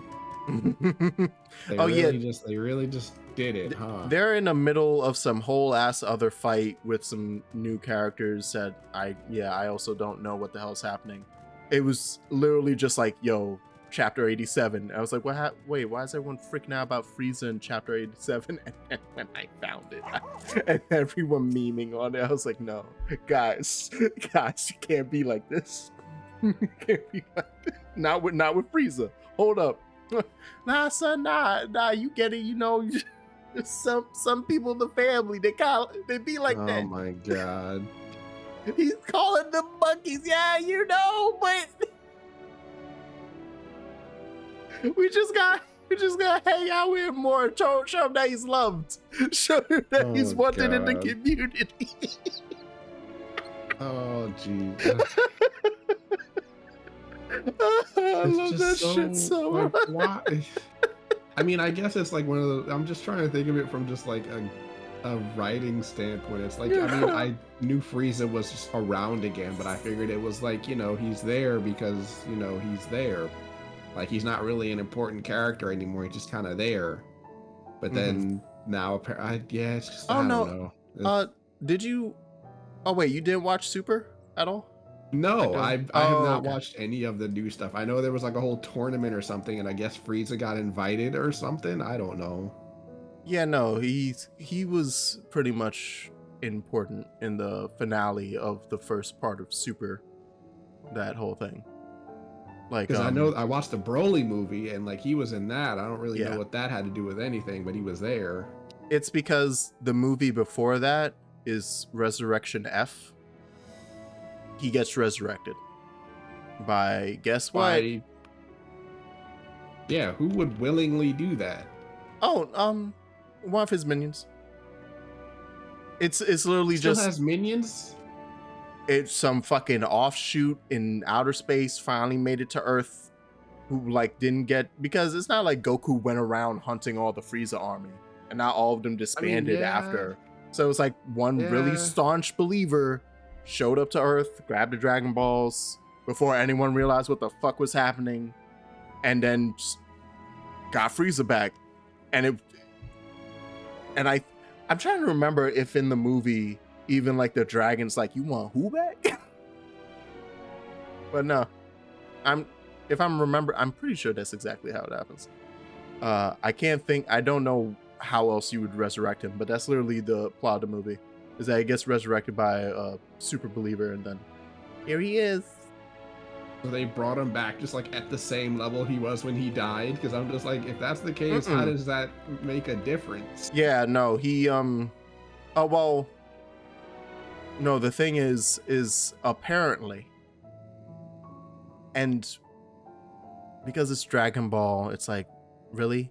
But at the same time, the characterization of Frieza is good enough to make me believe this bullshit, but it's him being like, oh yeah, oh wait, did they use the Earth ones or did they use the Namekian ones? It may have been actually that the believer goes to New Namek and grabs some shits. I can't remember which Dragon Balls he uses, but he heads somewhere and then like brings them back, because I remember a shot of Frieza on the spaceship and they're heading to Earth, so you know what, it's Namek's fucking Dragon Balls. And when he's going there, like, Frieza's like, you know what would happen if I was never really the type to train, because I'm just stronger and better than all of you. Why would I train? I don't need to do that. What if I just decided I wanted to kick your fucking ass? So I'm gonna train for the first time in my life. And that's how you get Golden Frieza. Okay. I'm like, you know what? I believe that. Yeah, that's why it's like, part of this is pull out your ass to give new form, but also Frieza's personality has been established to be that type of person. So I'm like, all right. Yeah, he would be like, no, I'm just better than you. Why would I need training? And I don't even think he does a lot, because it's not a long trip to Earth in their ship from where he is. So he does like a week of training or something, and then he has a new form, and it matches up with Super Saiyan Blue. I was like, shit. Jesus Christ, Frieza. I mean, I guess to be fair, like, I'm thinking, I guess power scaling in Dragon Ball Z doesn't have to make sense, because I'm just like, he got beat by a Super Saiyan Goku, came back, it's like half robot, and they got beat by Super Saiyan Trunks, and then like was dead and gone. Yeah. And then he comes back, and I don't know. Yeah, the scaling was like, yeah, he just skipped like 3 levels in there, but sure, all right. Yeah, no, it's fine. And both times that he like eats it, I know nothing. Yeah, I was wondering why he was gold. I'm like, he wasn't always that color, right? Yeah. What he was gold in the movie, in the Broly movie. Yeah. I just kind of ignored it. I thought it was like, oh, they just must have like, ran out of white color pencil or something. I don't know. I just kind of ignored it. Oh no, I have to continue wearing this. You would change back to your normal garment. Oh yeah. You're in no. the outfit now. Oh yes. No. Please, sir. Please stop it. while wearing your They're new trying attire. to learn, Jax. Oh, They're doing their oh, best. no. Oh, they even put my mask. They put the helmet thing back on, so now you can see the helmet. They forced the helmet on. But yeah, no. That's why it's like, okay, yeah, whatever. Because it is very much in Frieza's personality to be like, I'm not gonna ever train, I don't need to, and then he gets murdered. Mainly because of his just like he's just like, no, I'm gonna win. Like both times he dies is pretty much not because of like, say, a power difference per se, but because he's like these stupid monkeys. He dies The to Goku because again. because of racism.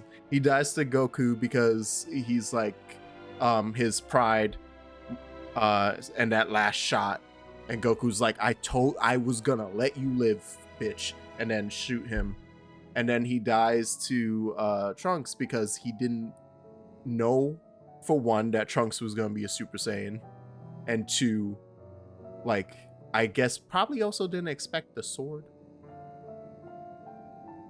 There was a lot there. But I think both times he just underestimated a Saiyan and got murdered for it. And so when he came back this time, he's like, nah, all right, we're not underestimating this shit anymore. And yeah, that's another thing. So like Goku and Vegeta were just cool with him being around. They just didn't bother to like deal with that. They were just like, it's fine. Oh no, they was deal it just with that it. they had other things to deal with? In Resurrection F, they deal with it. But for the tournament, they undeal with it. To put it bluntly. All right. Do you care how much, if any, does anyone care if I spoil the Super anime? I'm never going to. Once Gohan got ate by Super Buu, I stopped caring about Dragon Ball. Oh right, damn right, that's my boy. Damn. I honestly was like, Gohan was like, oh yeah, it's my boy, he's winning again, and then they turned him into candy, and I'm like, all right, that's it, we're good. Yeah. Meanwhile, I still watch Super hoping, dreaming. And then they treat him like trash a better man again. Than I, Jax. That's why I'm gonna watch Superhero, up. hoping and dreaming. And if they treat him like trash when he's the main fucking character, I'm find it Toriyama, and I'm gonna give him a stern handshake because I'm not a crazy fucker. But I'm still gonna be mad. I'm gonna mean mug him. Well, I'm like, you listen here, sir. You do great work, and you help several of our childhoods be brighter with this cool ass anime shit. But god damn it, why you like this? Why you like this? Anyway, they murder Frieza in Resurrection F. They kill him again. And it's some funny ass shit, because he actually is about to win. Frieza straight up is winning. It's Goku and Vegeta team up. Oh wait, no, it was Goku and Vegeta wouldn't team up because they're being stubborn Saiyans, so they were 1v1ing each time, and then Vegeta actually kicks Frieza's ass and has him down to the ground, loses, gets distracted for a second, Frieza fucking murks him, and Vegeta dies, or is about to die, and then I think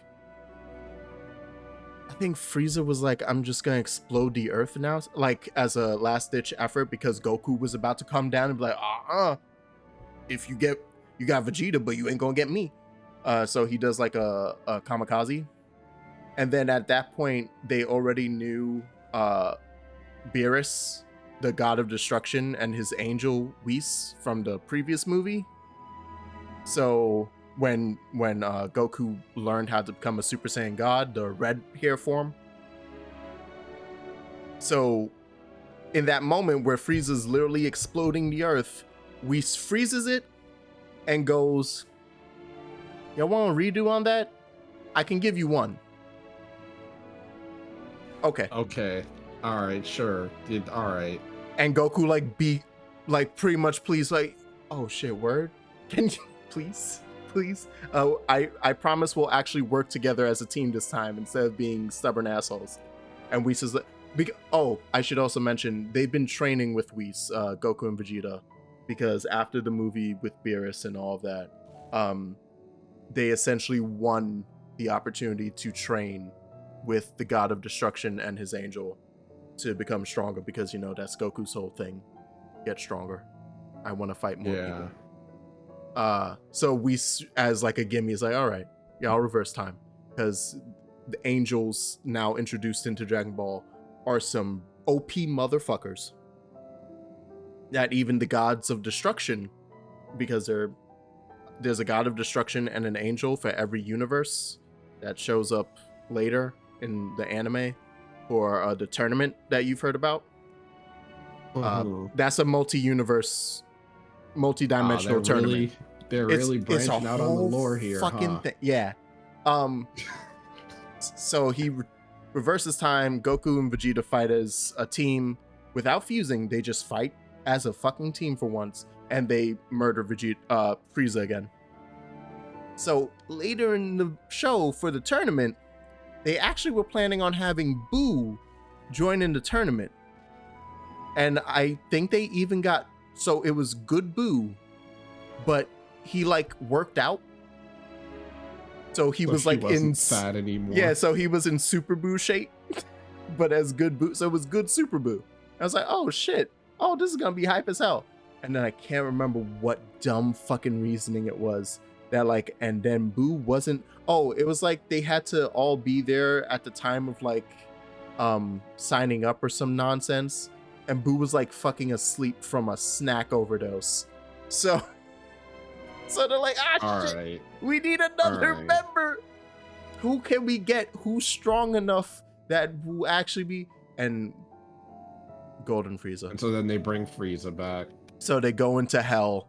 And it's actually funny because the way that Frieza's being tortured in Hiffle now is he's literally hung up in a cocoon, surrounded by like the most pretty, like think a bunch of Lollipops and pixies from FF14 just around him being like la la la la la.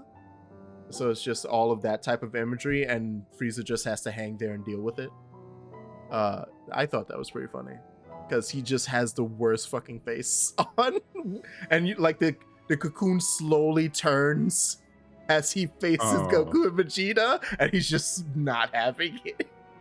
He's like, what the fuck? He's just not happy. What the hell do you two want from me? And then Vegeta's like, we're gonna set you free because we need your help for a tournament of that will save our universe. And he jumps on it because he's like, oh, I get to be out of here. Oh yes, okay, yeah, whatever, yeah. Oh, I'm super gonna betray you after this, but yeah, I don't care. We'll figure it. And they both know it too. It's like, we'll figure it out later. If we have to go down the murder route again, we'll figure it out later. But right now, we need you here. And so that's how he popped back up. And then it was like after the tournament, just because of how it kind of ends, he kind of just gets out of there before anyone catches on that he's gone.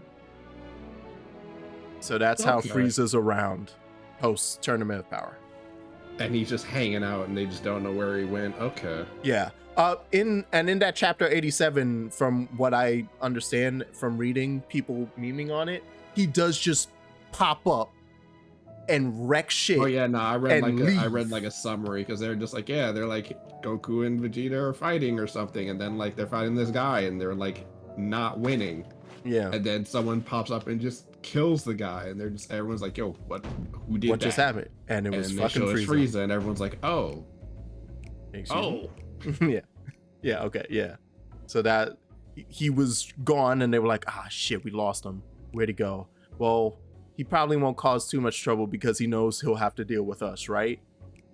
But I will say, I'm going to assume, based off of how Golden Frieza happened, Frieza was like, next time I show up, 2 weeks. Yeah, next time I show up, I'm gonna make sure y'all can't do none to me.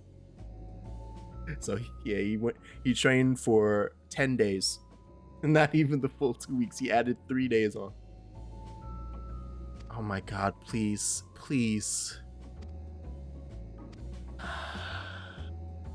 Wow, this is the whole mission, huh? This is what we're doing. Isn't this a nice little reprieve after, you know, the existential horror of causing the entire planet to spiral out of control? Good point. Fair enough. It's like, yeah, we're the reason that, you know, our planet's gonna implode or something. I don't know. Turn into dark black goop.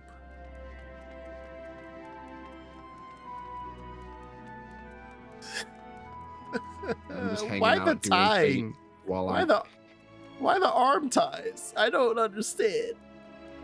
Hi, Living Way. Do you like my garb?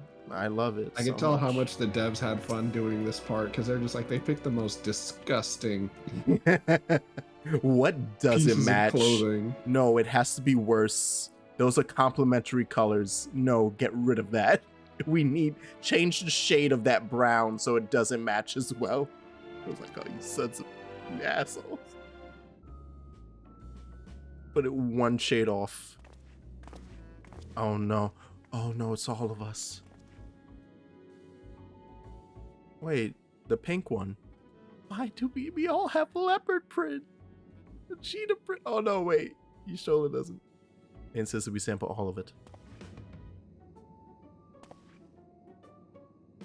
I'm so mad that Onlyanje is just feeling it super hard. All of us are being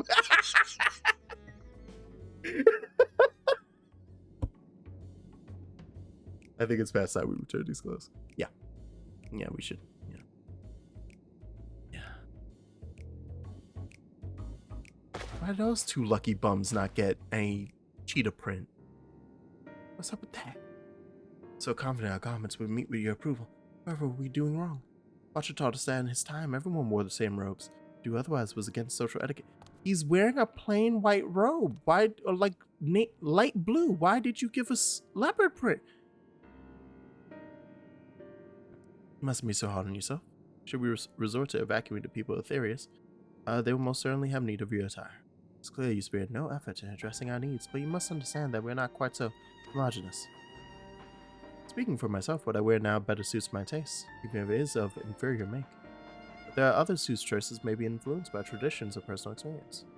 Rather than make assumptions for the whole, you must consider the individual. I fear we've underestimated the complexity and diversity of your people. Even if we'd memorized every tome we received, I doubt we'd have fared much better. Maybe Yeah, we're and doing that's you a funny because, disservice. like, you notice how all the ancients basically all wear the same thing. Yeah. They're also, it's like, it's very obvious that they're just like trying to match what they have with what they already know, and it's not working. Not that I'm aware of. We were born of Hydaelyn's love for Aetheris, and the salvation of the people on that star and that star alone has ever been our aim. Surely it's better to devote ourselves to saving one world than to divide our efforts across 14 and risk failing them all. Oh, I know why you asked that question. Living Way. Akron's like my daughter. My baby. Why certainly. Until later then.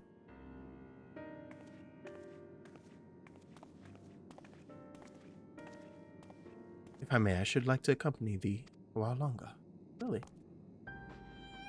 Yeah, Onlyanje wants to see how much it costs for that outfit.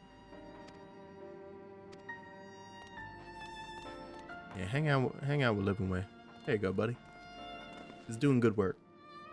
I got so distracted by Dragon Ball. Was I like standing in one spot explaining fucking You Super were for like 20 minutes? for quite a bit. Yes. Yeah. Oh well. It's a good. Listen, it happens sometimes. The power of streaming.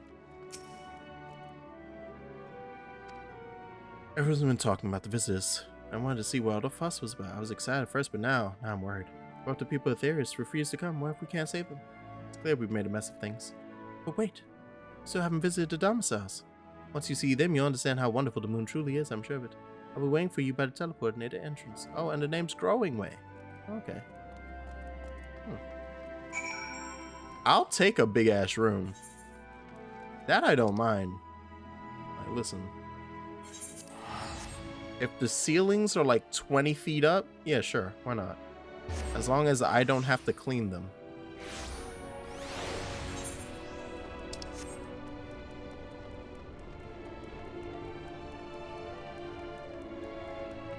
Alright, where you at? Oh, there we are. Oh! We're gonna teleport with this crystal. Yeah. Looks like you're attuning to it. You're really here. Thank you. Thank you so much. Sorry, what should I call it? Name's Oppenheimer.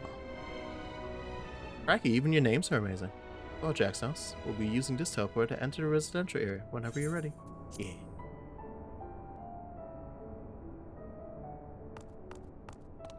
Ready in the teleporter.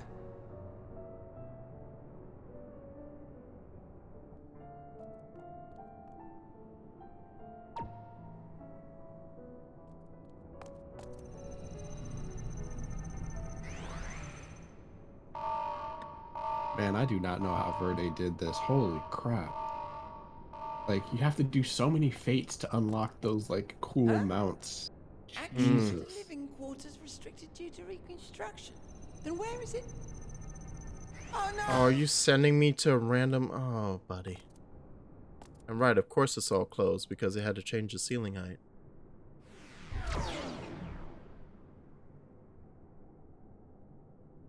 Why is this the creepy angle? A private audience, as thou didst request, for reasons I know not.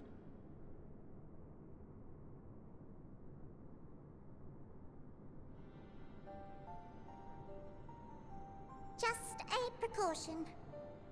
I'd rather I didn't have to ask the question at all, but I take my responsibilities very, very seriously. Do you and your friends, by any chance, find our accommodation wanting? Be honest, brutally even. 'Twould be ungracious of me to belittle the efforts of thee and thine.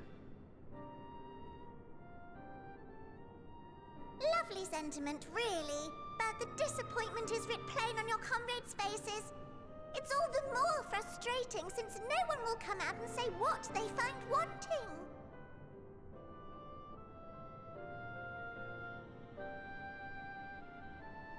If there are faults in our work, we need to know. We can, we will do better. But time is not on our side. The final days will wait for no one. If your people are to be saved, we must take quick and decisive action. This vessel must serve as a home for as many passengers as possible, for far longer than we may like. Which brings me to my request. Our collaborators on Atheris are doing what they can to prepare for the voyage. Would you be willing to go and lend them a hand? Having seen the moon for yourself, you could speak to its many splendors, learn what else they might require, and assuage whatever concerns they have. Slight problem. We're not currently allowed in that country. Wherefore wouldst thou entrust me with such a task? Or at least touching certain things there, I should say. How to put it? You're the only one who appears not to be wholly unsatisfied with our work. You can't go by Orleanje standards. Quite good at pretending that's the case, at least. Calm, collected, tactful to a fault. Very particular with your words, too. I think he could go with a sack if it was tailored correctly. You understand that, in the face of great danger, one cannot pursue perfection at the expense of practicality. The difficult choices must often be made for the greater good.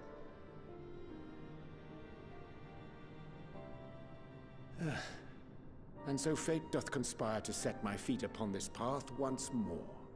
You are not. Stop it. None of that triple agent shit.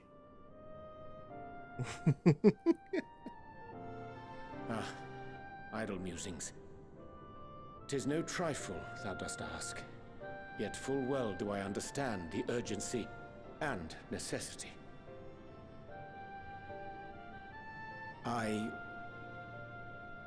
Oh, dear me! Dear me! I was terribly sorry for the mix-up. Wrong way, you're too loud. You're a It's cartoon bit of a character. malfunction. I hadn't realized the residential quarters were inaccessible, you see. But you're still in one piece. So, all's well that ends well, yes? Won't happen again. I promise.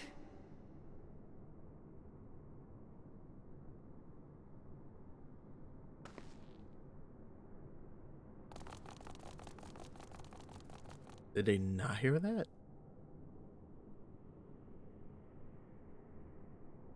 Really? Alright.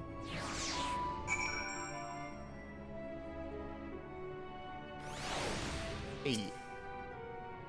That was embarrassing. I promise to be more careful from now on.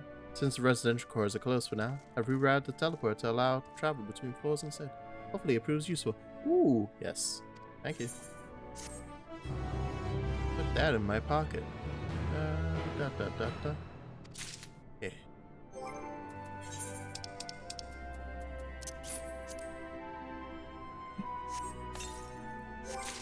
I'm telling you, they're gonna add housing on the moon. It's gonna happen. Because residential areas? Is that where we're going with? I feel like that's gonna happen at some point. Yeah. All's veil that ends veil. Koji. Wrongway is keen to put his recent mishap behind him. This will probably be the last one for tonight. Oh yeah, it's like 12:40. Okay. Yeah. But we've been playing for this long, and I can't to admit. Each time we woke up, we've had long discussions about how to save as many of you as we can. Felt like everyone had an opinion. But the one thing we all agreed upon was that the people of Etheirys wouldn't take action to save themselves until it was far too late. That's why we're striving to make the moon a vibrant, magical place they'd hop at the chance to visit, rather than waiting for the flames of oblivion to get them off their tails and force them to accept our invitation. The residential quarters may not be up to the necessary standards just yet, but there are plenty of other places worth seeing. I already had a look around the Curatorium. But wait until you see what's waiting for you at the East End. Follow me! Oh, and it's down? Alright. Alright, sir.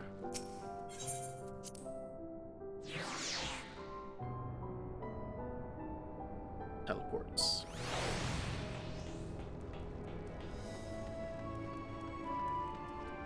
I love how busted that looks. Going up these ginormous Ancient One stairs. I was like, nope. Yep. Just walk up. It's fine.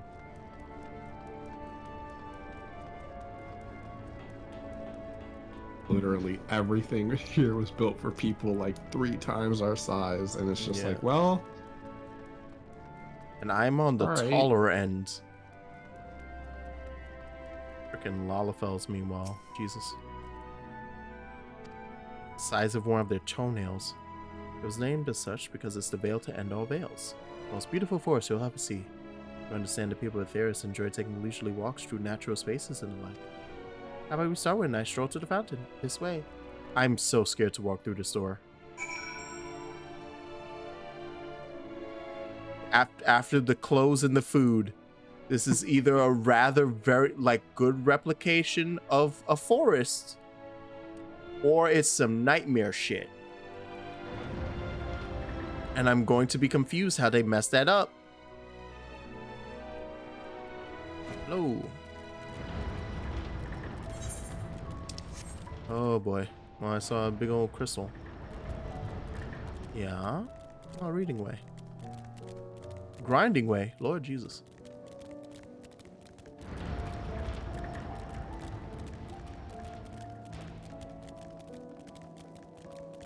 Learning way. Oh boy. I guess trees are hard and on the moon. No, I'll give them that. And so is dirt and grass. It would, because those are tiles. That's no. I'm killing way, Hemingway. Yeah, my glamour plate name for Dark Knight is Therapy Way. Yeah. Up. How am I gonna get up? Oh, okay. It's up that way. Oh boy. Yep. A stroll through a natural forest it was. Oh, that just felt so good. And look at this lake. So what do you think of the forest? Isn't it positively pleasant? Simply sublime?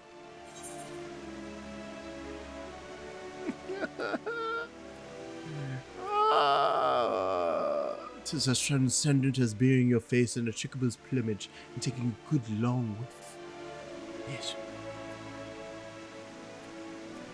I didn't see any. You don't mean those crystals out there are.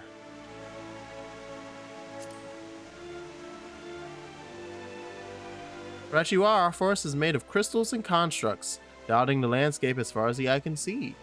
Building this place was a challenge, let me tell you. Since we were born here, we've never seen trees in person before, let alone a forest. God damn it. It's so funny because it's just like it's so they're like trying so hard to make So you pure. guys happy. It's like, yeah, look at this, So- we did our best. Look at how great it is. It's like a little kid showing you like all these like really elaborate art pieces, and you're just like, oh yeah, Look that's, at what I that's made. great. Yeah, And buddy. you're just like, this thing looks like trash, but you can't tell them that. The place produces air as clean as that you'd find in a forest. Down here behind us, powered by the rather large crystal adorning its top, plays a vital role in supplying us with fresh water. Much time and effort was spent making it the most spherical of spheres, and I dare say the unparalleled roundness speaks for itself. I enjoy nothing more than a nice long stretch, a spot of relaxation whenever I come up here. Look like you could do with a stretch yourself. Do a nice big stretch. Stretch. Yeah. Good stretch. Good stretch. As to spirit, I feel more relaxed simply watching. A sight worth the many years spent building this place. It's not too much to ask. It's always been a dream of mine to take a walk through this forest with someone from Aetheris. Could we maybe? Aw. Alright, buddy. Come on. Yeah. Now this is a reason to have one of these quests. Come with me, buddy. Let's go on a stroll through this beautiful, magnanimous.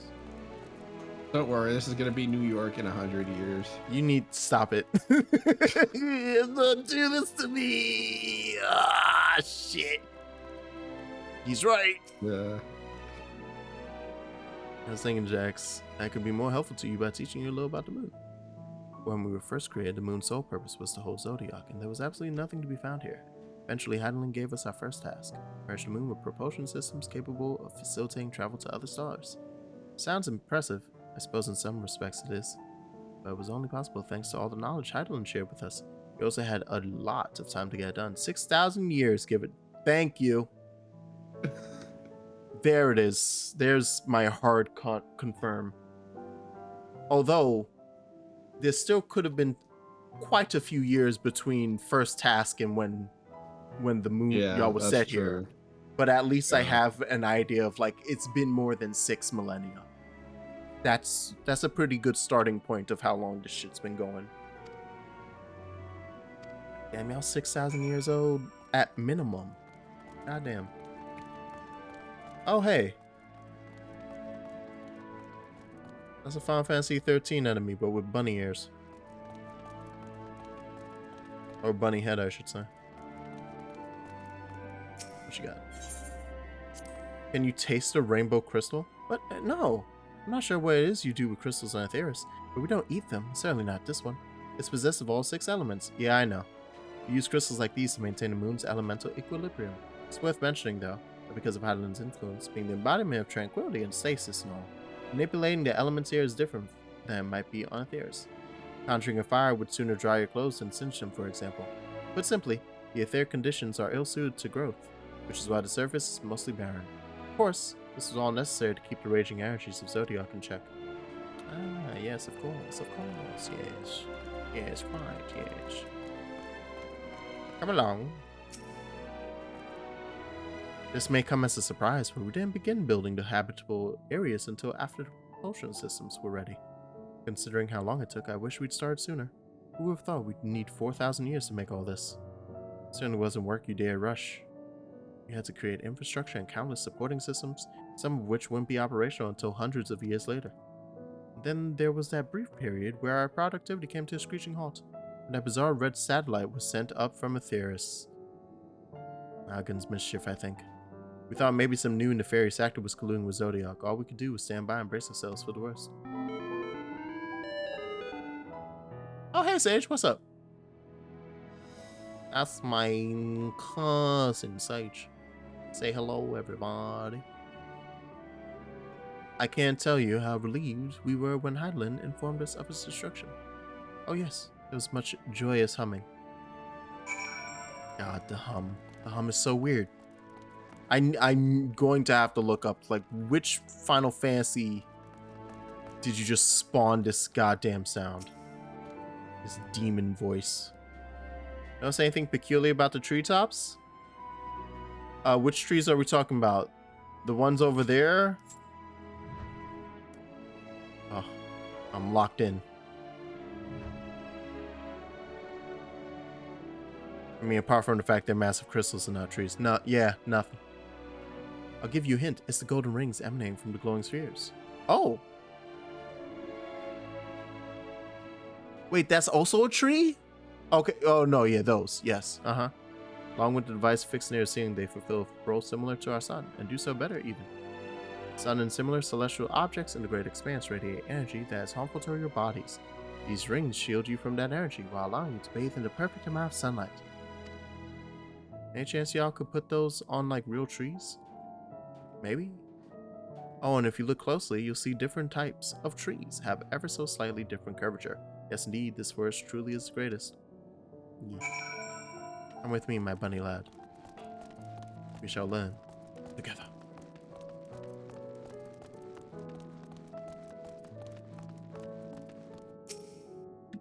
Okay, so I looked it up because I have ordered the Encyclopedia Eorzea, but it hasn't come out yet. Oh, okay. So there's like 2 or 3 volumes, and I ordered 2 of them.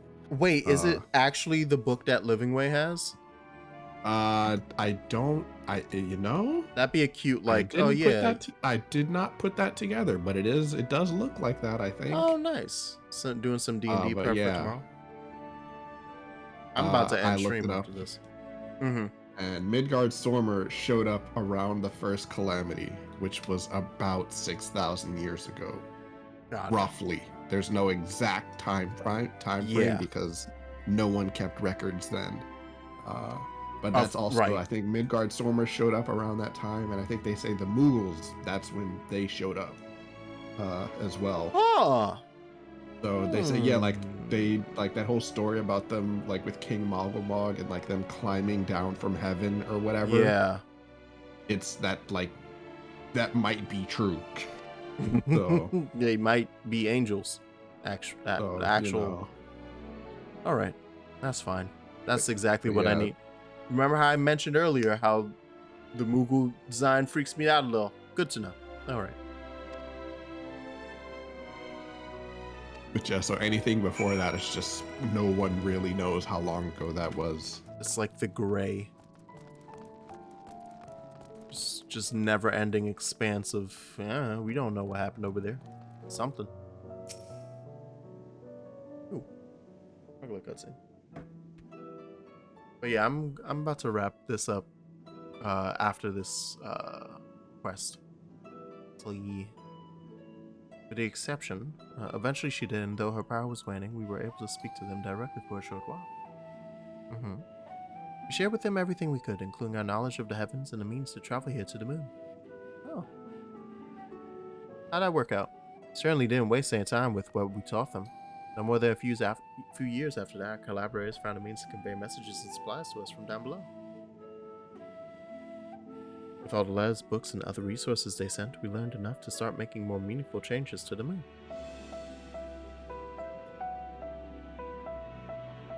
And now you're here, hopefully enjoying yourself as much as I am. You know what? I'm enjoying myself because you're enjoying yourself. Thank you again for coming here, by the way. I know it was just a walk through the forest, but it meant a lot to me. Oh. Hey, y'all. You want to join in the walk through the forest? You've already received a grand tour. Shame we missed it. Growingway, I've been looking all over for you. Oh no, Growingway, it's your mom. Yeah. Oh shit. This like 6,000-year-old rabbit is like, can we go on a walk through the forest, son? This is about to teleport. No, never mind that. We have more pressing matters ahead. I'll be calling an emergency meeting shortly, and your attendance is required. Y'all don't got like loudspeakers for this? Are you going to every single Lolliput? Won't be way long, so you are all more than welcome to continue looking about the burrow. Now come along, Runway. Now come along, Runway. I can't. Never going to even attempt it. Before we arrived, you seemed to be in the midst of a rousing conversation with your guide. Did you learn anything of import? The Alligans, there was talk with them at some point. They was also up to some shit. A lot of Brits didn't like it.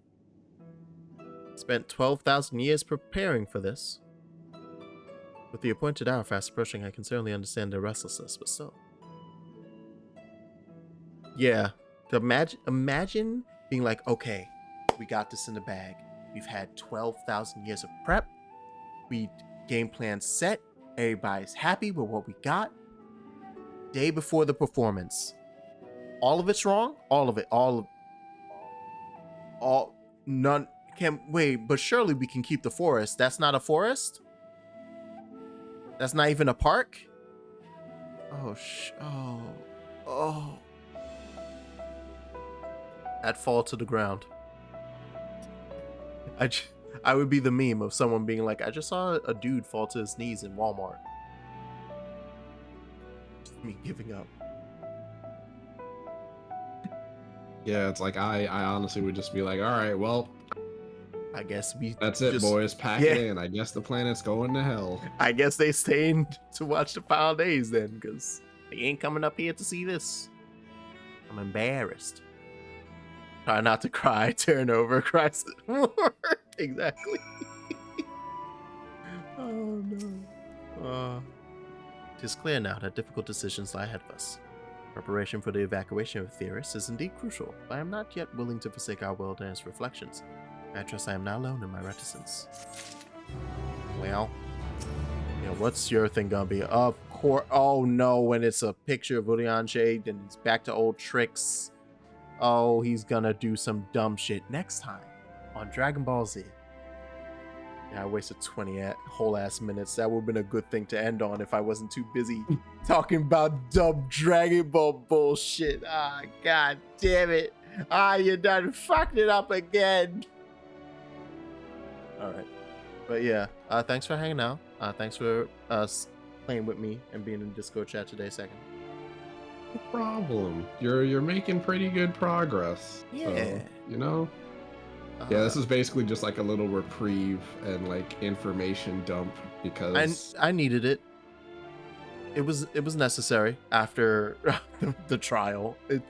They understand. It's like, hey, we kind of just put you through some stuff, not just in terms of the actual difficulty of the trial, but also in the narrative importance of what you just did. Why don't you hang out with some cute bunnies? Huh? You like that? You want to hang out with some bunnies? Yeah, come on. Ooh, we're going to play your favorite Final Fantasy music. Ah. All right. But yeah, I will be back on Sunday. And again, I might be able to start a bit earlier because it looks like I'm going to get coverage for Sunday again. So that'll be nice. So yeah, I'll be back on Sunday and let's shoot for 8 again. I think I did 8 this Sunday. Yeah, I think you did. Yeah. Yeah, so I'm gonna shoot for 8 p.m. just because I know we can manage this, but it's nice to be able to actually start early, like ending to sleep at a reasonable time. Yeah, like go to sleep at midnight instead of at 3 a.m. like I do now, because I end up awake for another 2 hours after this usually. Oh my god, yeah, no, I immediately after this, I go get something to drink and then just promptly just crawl into my bed. Yes. Everybody, y'all have a great night. Bye. Good night.